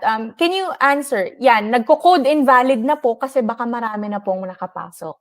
Hindi na po maka-join. Yes, I mentioned this earlier on, not everyone is going to be able to join. Because our personal Gmail accounts have limits, right? So, I have 117 students as of the moment. And dahil sobrang dami at sabay-sabay, because again, in reality, hindi naman po tayo maglalagay ng 117 students in one classroom ng sabay-sabay, right? So, again, I just want to show you that may 117 students ako ngayon, and a lot of them are posting on my stream tab. And I'm having a hard time looking for announcements. Nasaan yung pa yung unang hindi siya makita, right? Hindi ko nakita natin good afternoon ko kanina. Kanina, hindi ko na siya makita. And it's gonna be also like 40 people in your class and everyone is going to be typing hello, good afternoon in the stream tab. So best practices is we limit that. We click on this gear button on the upper right-hand corner of the screen beside the waffle icon. This is the waffle icon that I was mentioning earlier on. You can also navigate through this. You have, Gmail, Meet, you have your classroom, here. So this is the waffle icon. Again, ayoko na sobrang dami kong tao na nagsasalita on my stream tab. So what do? We go to the gear icon, which is here on the upper right hand. Where I am, at this will appear. Okay, this will appear. Now what I want to do is that for the stream part, you go to general and you pick stream. Students can choose and comment. I would only allow my students to comment to my posts. Para ako lang yung nagpo-post as teacher and at least there's some sense of control inside the classroom because baka masyadong noisy at masyadong magulo kapag hindi ko na nakikita and I have like 50 or 30 students, writing on the stream tab. Okay, so last comment that we have is who? Giovanni Tariman. So siya na yung last comment. Can you please try to comment now? So, please try to comment can you hear me clearly? Sir Joshua, can you hear me? Okay, so can you please type again on the stream tab and comment on the live section comments if you can type or you cannot type on the stream. Or no, just type no. Hindi, I cannot. Ganyan. So, hindi, Mars. Walang ganon, Mars. Okay lang din if you want. But, again, please let me know if you can type on the stream tab. As of the moment, I will refresh my stream. His comment is still Giovanni Tariman at may mga comments lang siya, right? Good afternoon, or like everyone would just comment because this is, right? Ito na lang yung I allowed you to do. I just allowed you to comment and not post. So this is one way to, try to control our classroom in terms of the stream tab. So from there, let's go to, I told you the people tab. Again, I have 146 students. Another way is just, type their email address here. So if they have a certain email address, you can just type them in here. So for example, my email address is this one. I will just right. I cannot add that, by the way, because we're from the different domain. So for example, it's camille@gmail.com. But I will not enter this because I don't know this person, just an example. So I will click invite, right? For example, I put this here and then I'll be clicking invite. But I can't anymore because I have a lot of students. So I can't know how to invite kasi ina na ako ina-allow mag-invite kasi ang dami ng estudyante. So again, that's just one of the limitations for personal Gmail account. Okay, now we go to Classwork. This is what Classwork looks like. Again, pinakita ko po ito kanina sa inyo with a screenshot, but this is what it looks like. So assign your work here. Again, on the first week of class, traditionally, I would ask my students or I would give my students a copy of the syllabus. So let me just click the create button. Okay, click the create button on this part. This is the create button and click a material. Kasi hindi naman po assignment yon.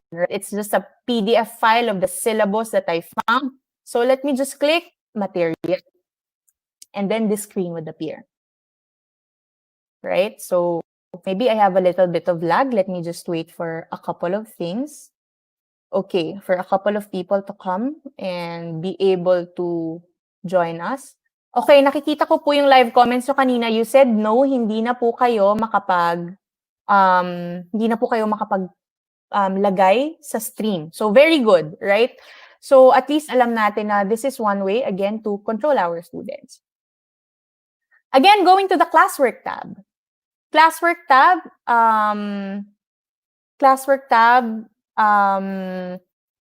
we click on create and what else? After clicking create, we click on material kasi mag-upload po tayo ng material for students, right? So what am I gonna write here? It's a syllabus for English.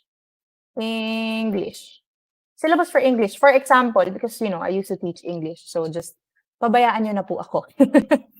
Okay, so writing English, I'm writing the title and then the description for this one. Please I'm uploading the syllabus for your reference. Don't hesitate to go back to this if you have questions. Okay, usually our syllabus would have what? A grading system, right? This is where we put our grading system. So again, that's the description is optional, but I would want to make sure that it's very clear and concise for my students so that they know na pwede nilang balikan to anytime. So if I don't have a syllabus ready, I can immediately create. Click the create button here at bibigyan ako ng option. Pwede ba akong gumawa ng document, slide, sheets, drawings, forms? And it will give you a blank document and it will be considered your template, right? Or your document. It's gonna be saved immediately in your Google Drive. But as for me, I have my syllabus ready, so I will just be clicking this attach button or the add button. You can also get this from Google Drive. You can link one. You can also attach directly from your computer or you can attach one from YouTube. But of course, this is a syllabus, so I have one saved on my laptop. I will click File. I will just select my device. I'll be at the desktop, so I have an English syllabus here. So I got this syllabus, by the way, from DepEd. It's from the internet. So I hope that's, I just wanted to use it para lang may sample file tayo to upload. And you're probably wondering, PDF file po ito, hindi po ito Google document or Google slide and so on and so forth. Okay lang po, kahit PDF siya. Si Google Drive or Google Classroom is not selfish to any file extension. It allows any file extension to be uploaded, right? So even if it's a PDF file or even if it's a Microsoft Word or a Microsoft's, what's this? Excel file, it's okay, you can upload it. If it's a video, you can upload it. If it's a PNG or a JPEG file, an MP4, an MP3, an EPUB, you can upload it. Okay, so let me just click upload and wait for this to upload. I think I'm having connection issues. Please let me know if I'm a bit choppy. So let's just wait for this to upload. Right? So sana meron kayong mga water beside you para naman nakakainom kayo kahit paano. So now that my syllabus is ready, I can immediately I can immediately just post it. But actually, I just want to show you that this file, itong part na ito po pala ng ating Google Classroom, pwede ko siyang isend. For example, I'm gonna be posting this and I have 5 English classes of in the same school, pero magkakaibang section. I can click this para kanino ba siya? It's not just for this Ateneo webinar. I can also post it in one of the other classes. I can post it in DepEd Pasay or this class, for example, because I did a previous webinar with SDO DepEd Pasay. What else? I can post it here para hindi ko na kailangan mag-post ulit ng exactly the same post. I can just click the checkbox. But for now, I just want to post it to this this classroom. And all students, of course, since this is a material, right? At no topic, kasi wala pa naman akong nagagawang topic. Pero pwede na rin natin gawin ngayon. Sige, let's create a topic and write syllabus. So, let me just post this. I will be posting it. It's already posting. Let's wait for that. Okay. So, the syllabus, yung ginawa po natin kanina na naalala niyo pa yung ginawa nating topic, it's already here. So, it's syllabus, right? And the material that I posted earlier on is already here. Now, can we please check our stream tab? Our stream tab, again, I mentioned earlier on, lahat po ng ipopost natin ay mag-upload dito sa stream tab. So, parang nga po sa Facebook, right? Anything that we do is gonna be uploaded or is gonna be notified or is gonna show up in our stream tab. So, can you please comment on that material? For example, because I allowed you to comment, right? The class can comment. For example, Ma'am, I can't see the material, or the material is corrupted, or ma'am, putol po, right? Because of course, there's gonna be tech issue. See, there are some comments from Alec, from Roxanne, from Hernando, na they got it, it's a thumbs up, seen, etc. And you can continuously comment. And this is how we still get to collaborate with our students and communicate with them, even without literally, just seeing them. At least, after ko mabigay yung material ko, makikita ko, baka may mga problems pala or dun sa material ko or may questions pa sila. They can still continuously, raise it via the stream tab, right? So they got it already. So yeah, I'm very, very happy that you have it and that you are writing your comments on the syllabus under that post. So thank you again, right? So now let's go to, I'm just gonna give you an example for, one more example, right? Pwede akong mag-create ng isa pang topic kasi kanina gumawa tayo ng topic directly while I was doing the material upload, right? Ang daming comments, nakakatuwa, ang saya-saya naman. Okay, meron na tayong 43 class comments. Now let me just go back and create another one, pero top lang, right? Ano yung topic natin? It's gonna be lesson 1. Lesson 1, idioms, for example. Idioms. So, or idiomatic expressions, for example. This is my lesson 1, right? So, students can only see topics published, see topics with published posts. Right. So, hindi mo pa makikita to as a student kasi wala pa akong nilalagay na public, na post dyan. Right? Pero ako, nakikita ko to because I did this. Now, let me create another example. This is my last example for today's hands-on activity. Let's go to, I'm gonna give you an assignment, right? What's the assignment?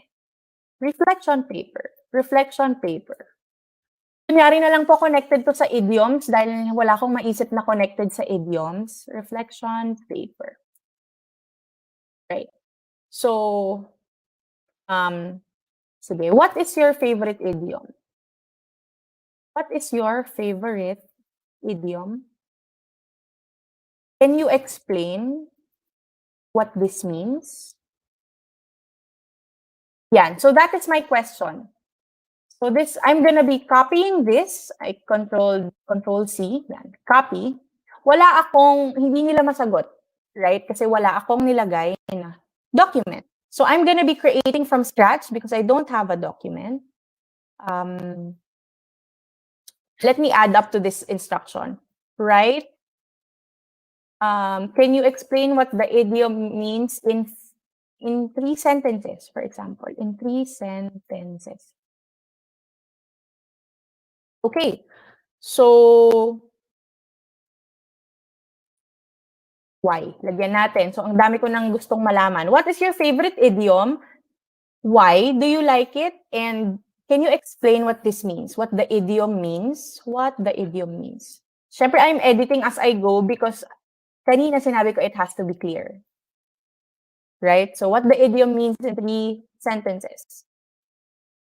Idiom homework.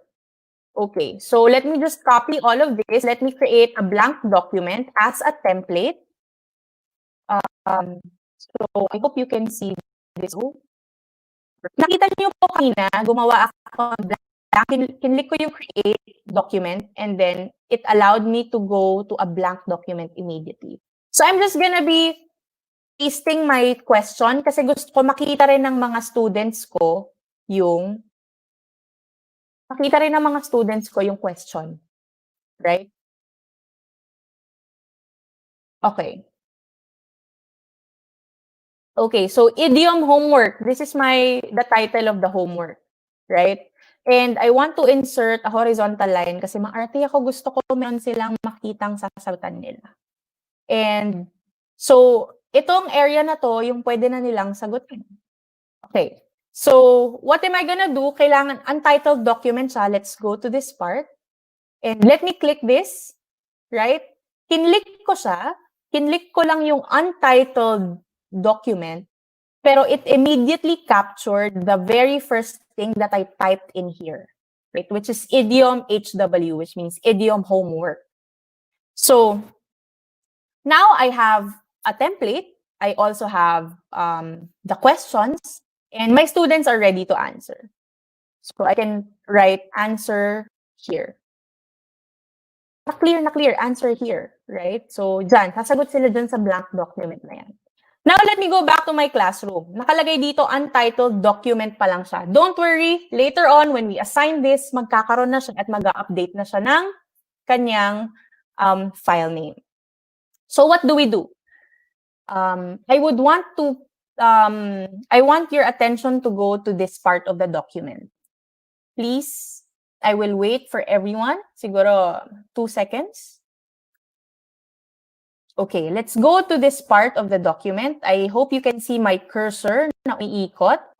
Right? Umiikot siya. Dito sa students can view file. I just want to explain because these are 3 things that's very important, although self-explanatory, but these are very, very important options for teachers. Okay. So I gave them a homework and meron akong binigay na template, right? Pero kapag pinili ko dito na students can view file, ang equivalent po nito sa classroom is that meron akong Manila paper, I posted it on the blackboard at tinititigan lang siya ng mga estudyante ko. So, ibig sabihin, kapag ito yung pinili ko, students can view file, tinititigan lang siya ng mga students ko. Hindi nila magagalaw. They can't edit because they can only view it, right? So, again, ang equivalent nito in classroom setup is that we have a Manila paper, it's posted on the blackboard, but then students can just look at it, right? Next, students can edit file. Another example is that the same Manila paper is posted on the blackboard, but you allowed your students to write on the Manila paper. So, ibig sabihin, all of your students are gonna work on one document file, right? So, that students can edit. But best practices is we give a copy for each student, which means ito po yung pupunta ka sa photocopy place or punta ka ng magpapa-xerox ka and magpapa-photocopy ka rather, and then you're gonna give a copy of the handout to each of your student and they can answer it. So it means that that's the equivalent of make a copy for each student. At pag ibabalik na po nila yung homework nila sa inyo and when they turn it in, immediately, ang naming convention niya ay pangalan ni student and then the title of the homework, right? So make a copy for each student. I'm gonna, again, click all students lang yan. So lahat po tayo makakakuha ng homework na ito. Again, no topic. I created lesson 1 earlier on. We can put this under lesson 1. And due date. Best practices against, a week. But it's up to you if you want to put a due date or not. And for example, 100 points. Let's just stay there. And I'm gonna assign this and wait for it to go to you, na makarating po siya sa inyo. So let's wait. Let's assign the homework to everyone. So I hope you already got the homework. Please comment, got it, under the idiom homework, what's this section? Right, so makikita natin that we have instructions here. So I can see kung sino yung makikita natin tong student work, right? So there we go. I hope everyone already has this already. Right.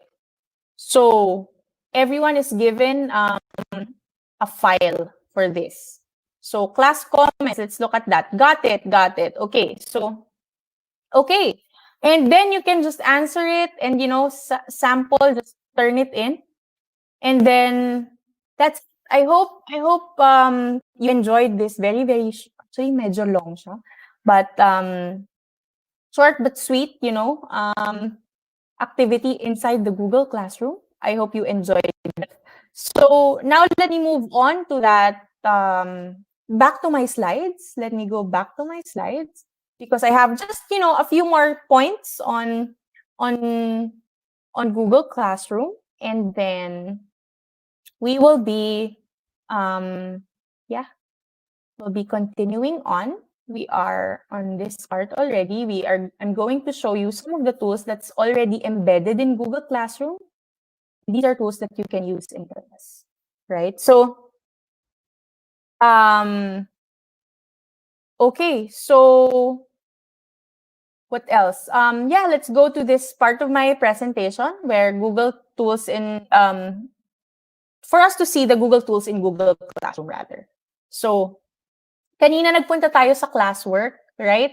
So, makikita natin yung tatlo sa taas. Actually, hindi ko nakita kanina dahil I'm using a personal Gmail account. But for a G Suite account, this is what we can see. Number one is that we have Google Meet. Again, this is a video conferencing app. So, you can meet your students here. You can just click it and send the link to your students, or they can see it on the Stream tab. Next is Google Calendar. Again, this is what I personally like. Kasi lahat po ng due date na ilalagay natin kay Google Classroom could be seen in your Google Calendar. And your co-teachers can subscribe to your Google Calendar. You can share it.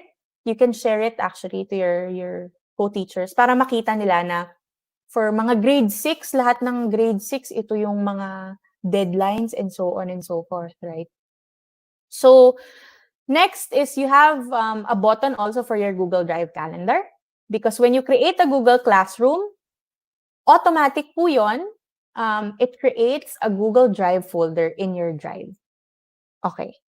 And kanina napakita ko po ito nung gumagawa po tayo ng assignment or material. We can create a blank document or a slides and so on and so forth.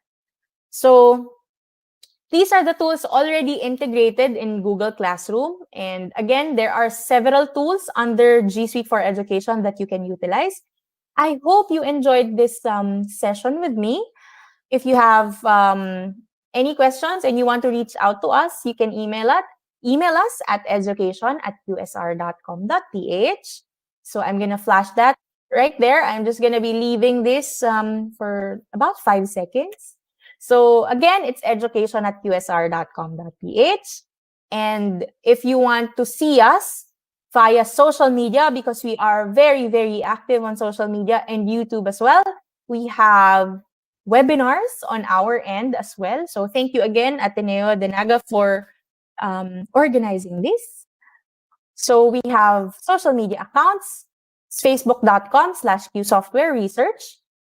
We are also on Twitter, QSR Corp, and our official YouTube page is youtube.com/c/qsoftwareresearchofficial. And we also have a website up, that's qsr.com.ph.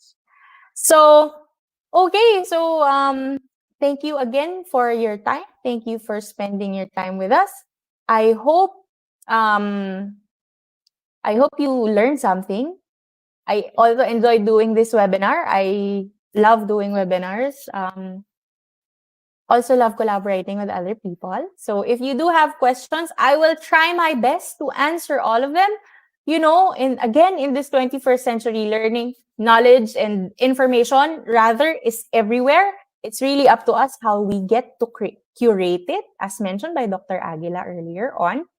And what else? If we want to explore more and you want to do a hands-on activity and explore more on how to do a classroom yourself, you can do that in your personal Gmail account. You can create sample classes. You can, what I did when I was exploring Google Classroom on my own, I invited my friends. I told them na, baka may Gmail account kayo.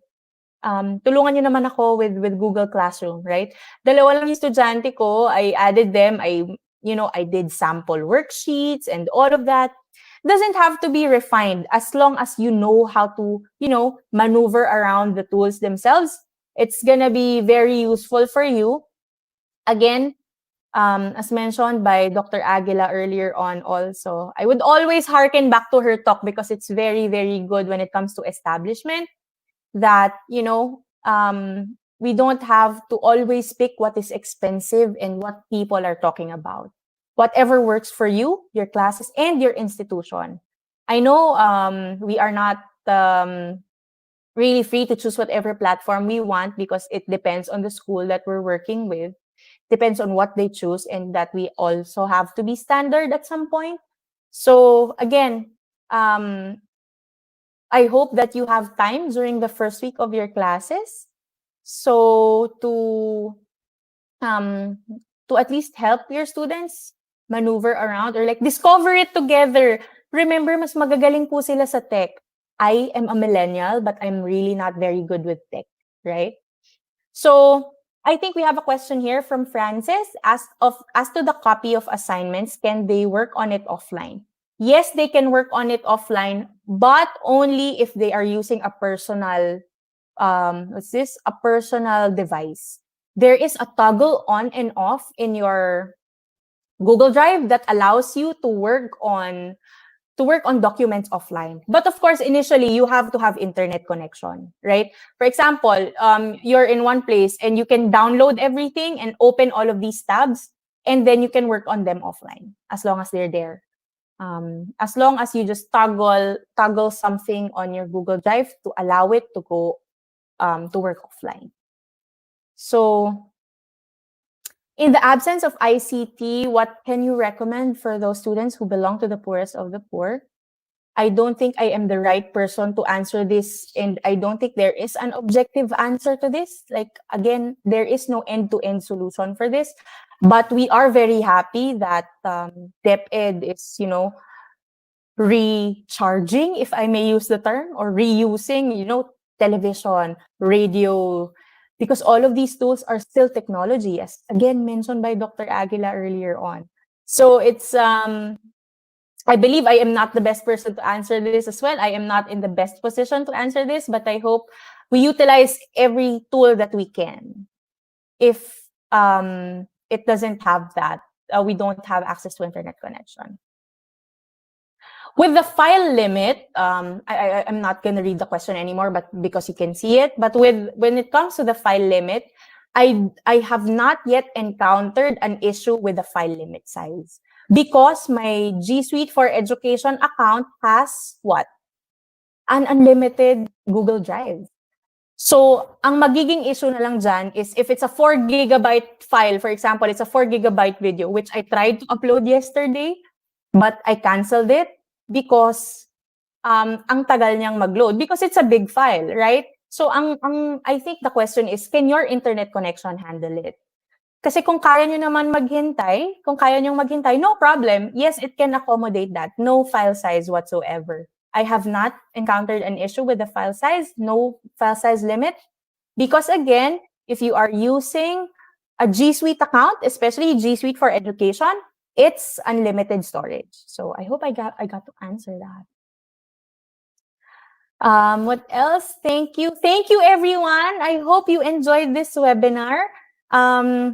May narinig po ba kayong manok? Maybe that's my question to everyone. Please type bok bok. Please type bok bok if you've heard a chicken sound.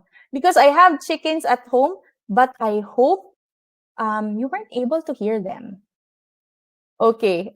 Wow, this is a very, very, very ano naman tong question na to. I saw one question. Yan, it's, I'm not sure how to pronounce your name. Is it Jesus or Jesus?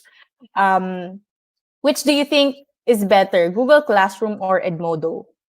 I will not say that it's Google Classroom or Edmodo at some point, even if I am from, I represent Google. I think I have, yeah, I'm wearing a Google shirt. Di lang siya kita dahil masyado akong malapit sa screen. But yes, as mentioned also by Dr. Aguila earlier on, it really depends on what is more effective for you and your school. Bok bok, so merong chicken? No bok bok heard. Okay, very good. Anyway, what else? Yeah, it's really up to you on what is effective for you. Ako kasi, I personally like Google Classroom because of its interface, right? It's a familiar interface that not everyone would have, a hard time adapting. We are using Gmail, we are using the Google search engine. So going to Google Classroom is, if I may, a more efficient approach to things because it's, how how do I say this? It's familiar, right? Natatakot kasi tayo with learning new things. But if it's it's something familiar to us, it's easier for us to adapt. Ma'am, may I ask if if there are restrictions or restriction features we can create a quiz through Google Forms, like adding a limit? Yes, there are add-ons. It's called timify.me or Form Limiter. These are some add-ons. You can also shuffle the questions para hindi pare-pareho. You can also shuffle not just the questions, but also the answers, right? You can also shuffle that and it automatically grades in the end because you can create a form quiz. Right. So, I'm happy walang bok-bok. Right? Thank you so much. Thank you, everyone. Google has innovated in removing okay, so sana naman I'm sorry for the tech issues earlier on. I think it was my internet connection. So thank you for listening to me. Thank you for spending time with me. Of course, we would love to do this again if we have time, because our advocacy as a company in QSR really is to help educators, right? Google for Education is free, and we would want to help and reach out to a lot of educators and institutions to get this, because it's a free service. I hope if you are connected to a school or a private institution, for example, it's going to be very, very, very helpful. I'm excited to have someone on the stream with me. Okay. Okay, So- do we have more questions? So thank you so much, Ma'am Camille, for sharing with us your expertise. That was enlightening and very informative. I'm sure our participants may have well understood the topics you have discussed for this afternoon. So again, Ateneo ICTC would like to thank Ma'am Camille for her valuable time as one of our speakers this afternoon. We hope that what she shared will help our teachers and students on our transition to online learning. Thank you so much, Ma'am Camille.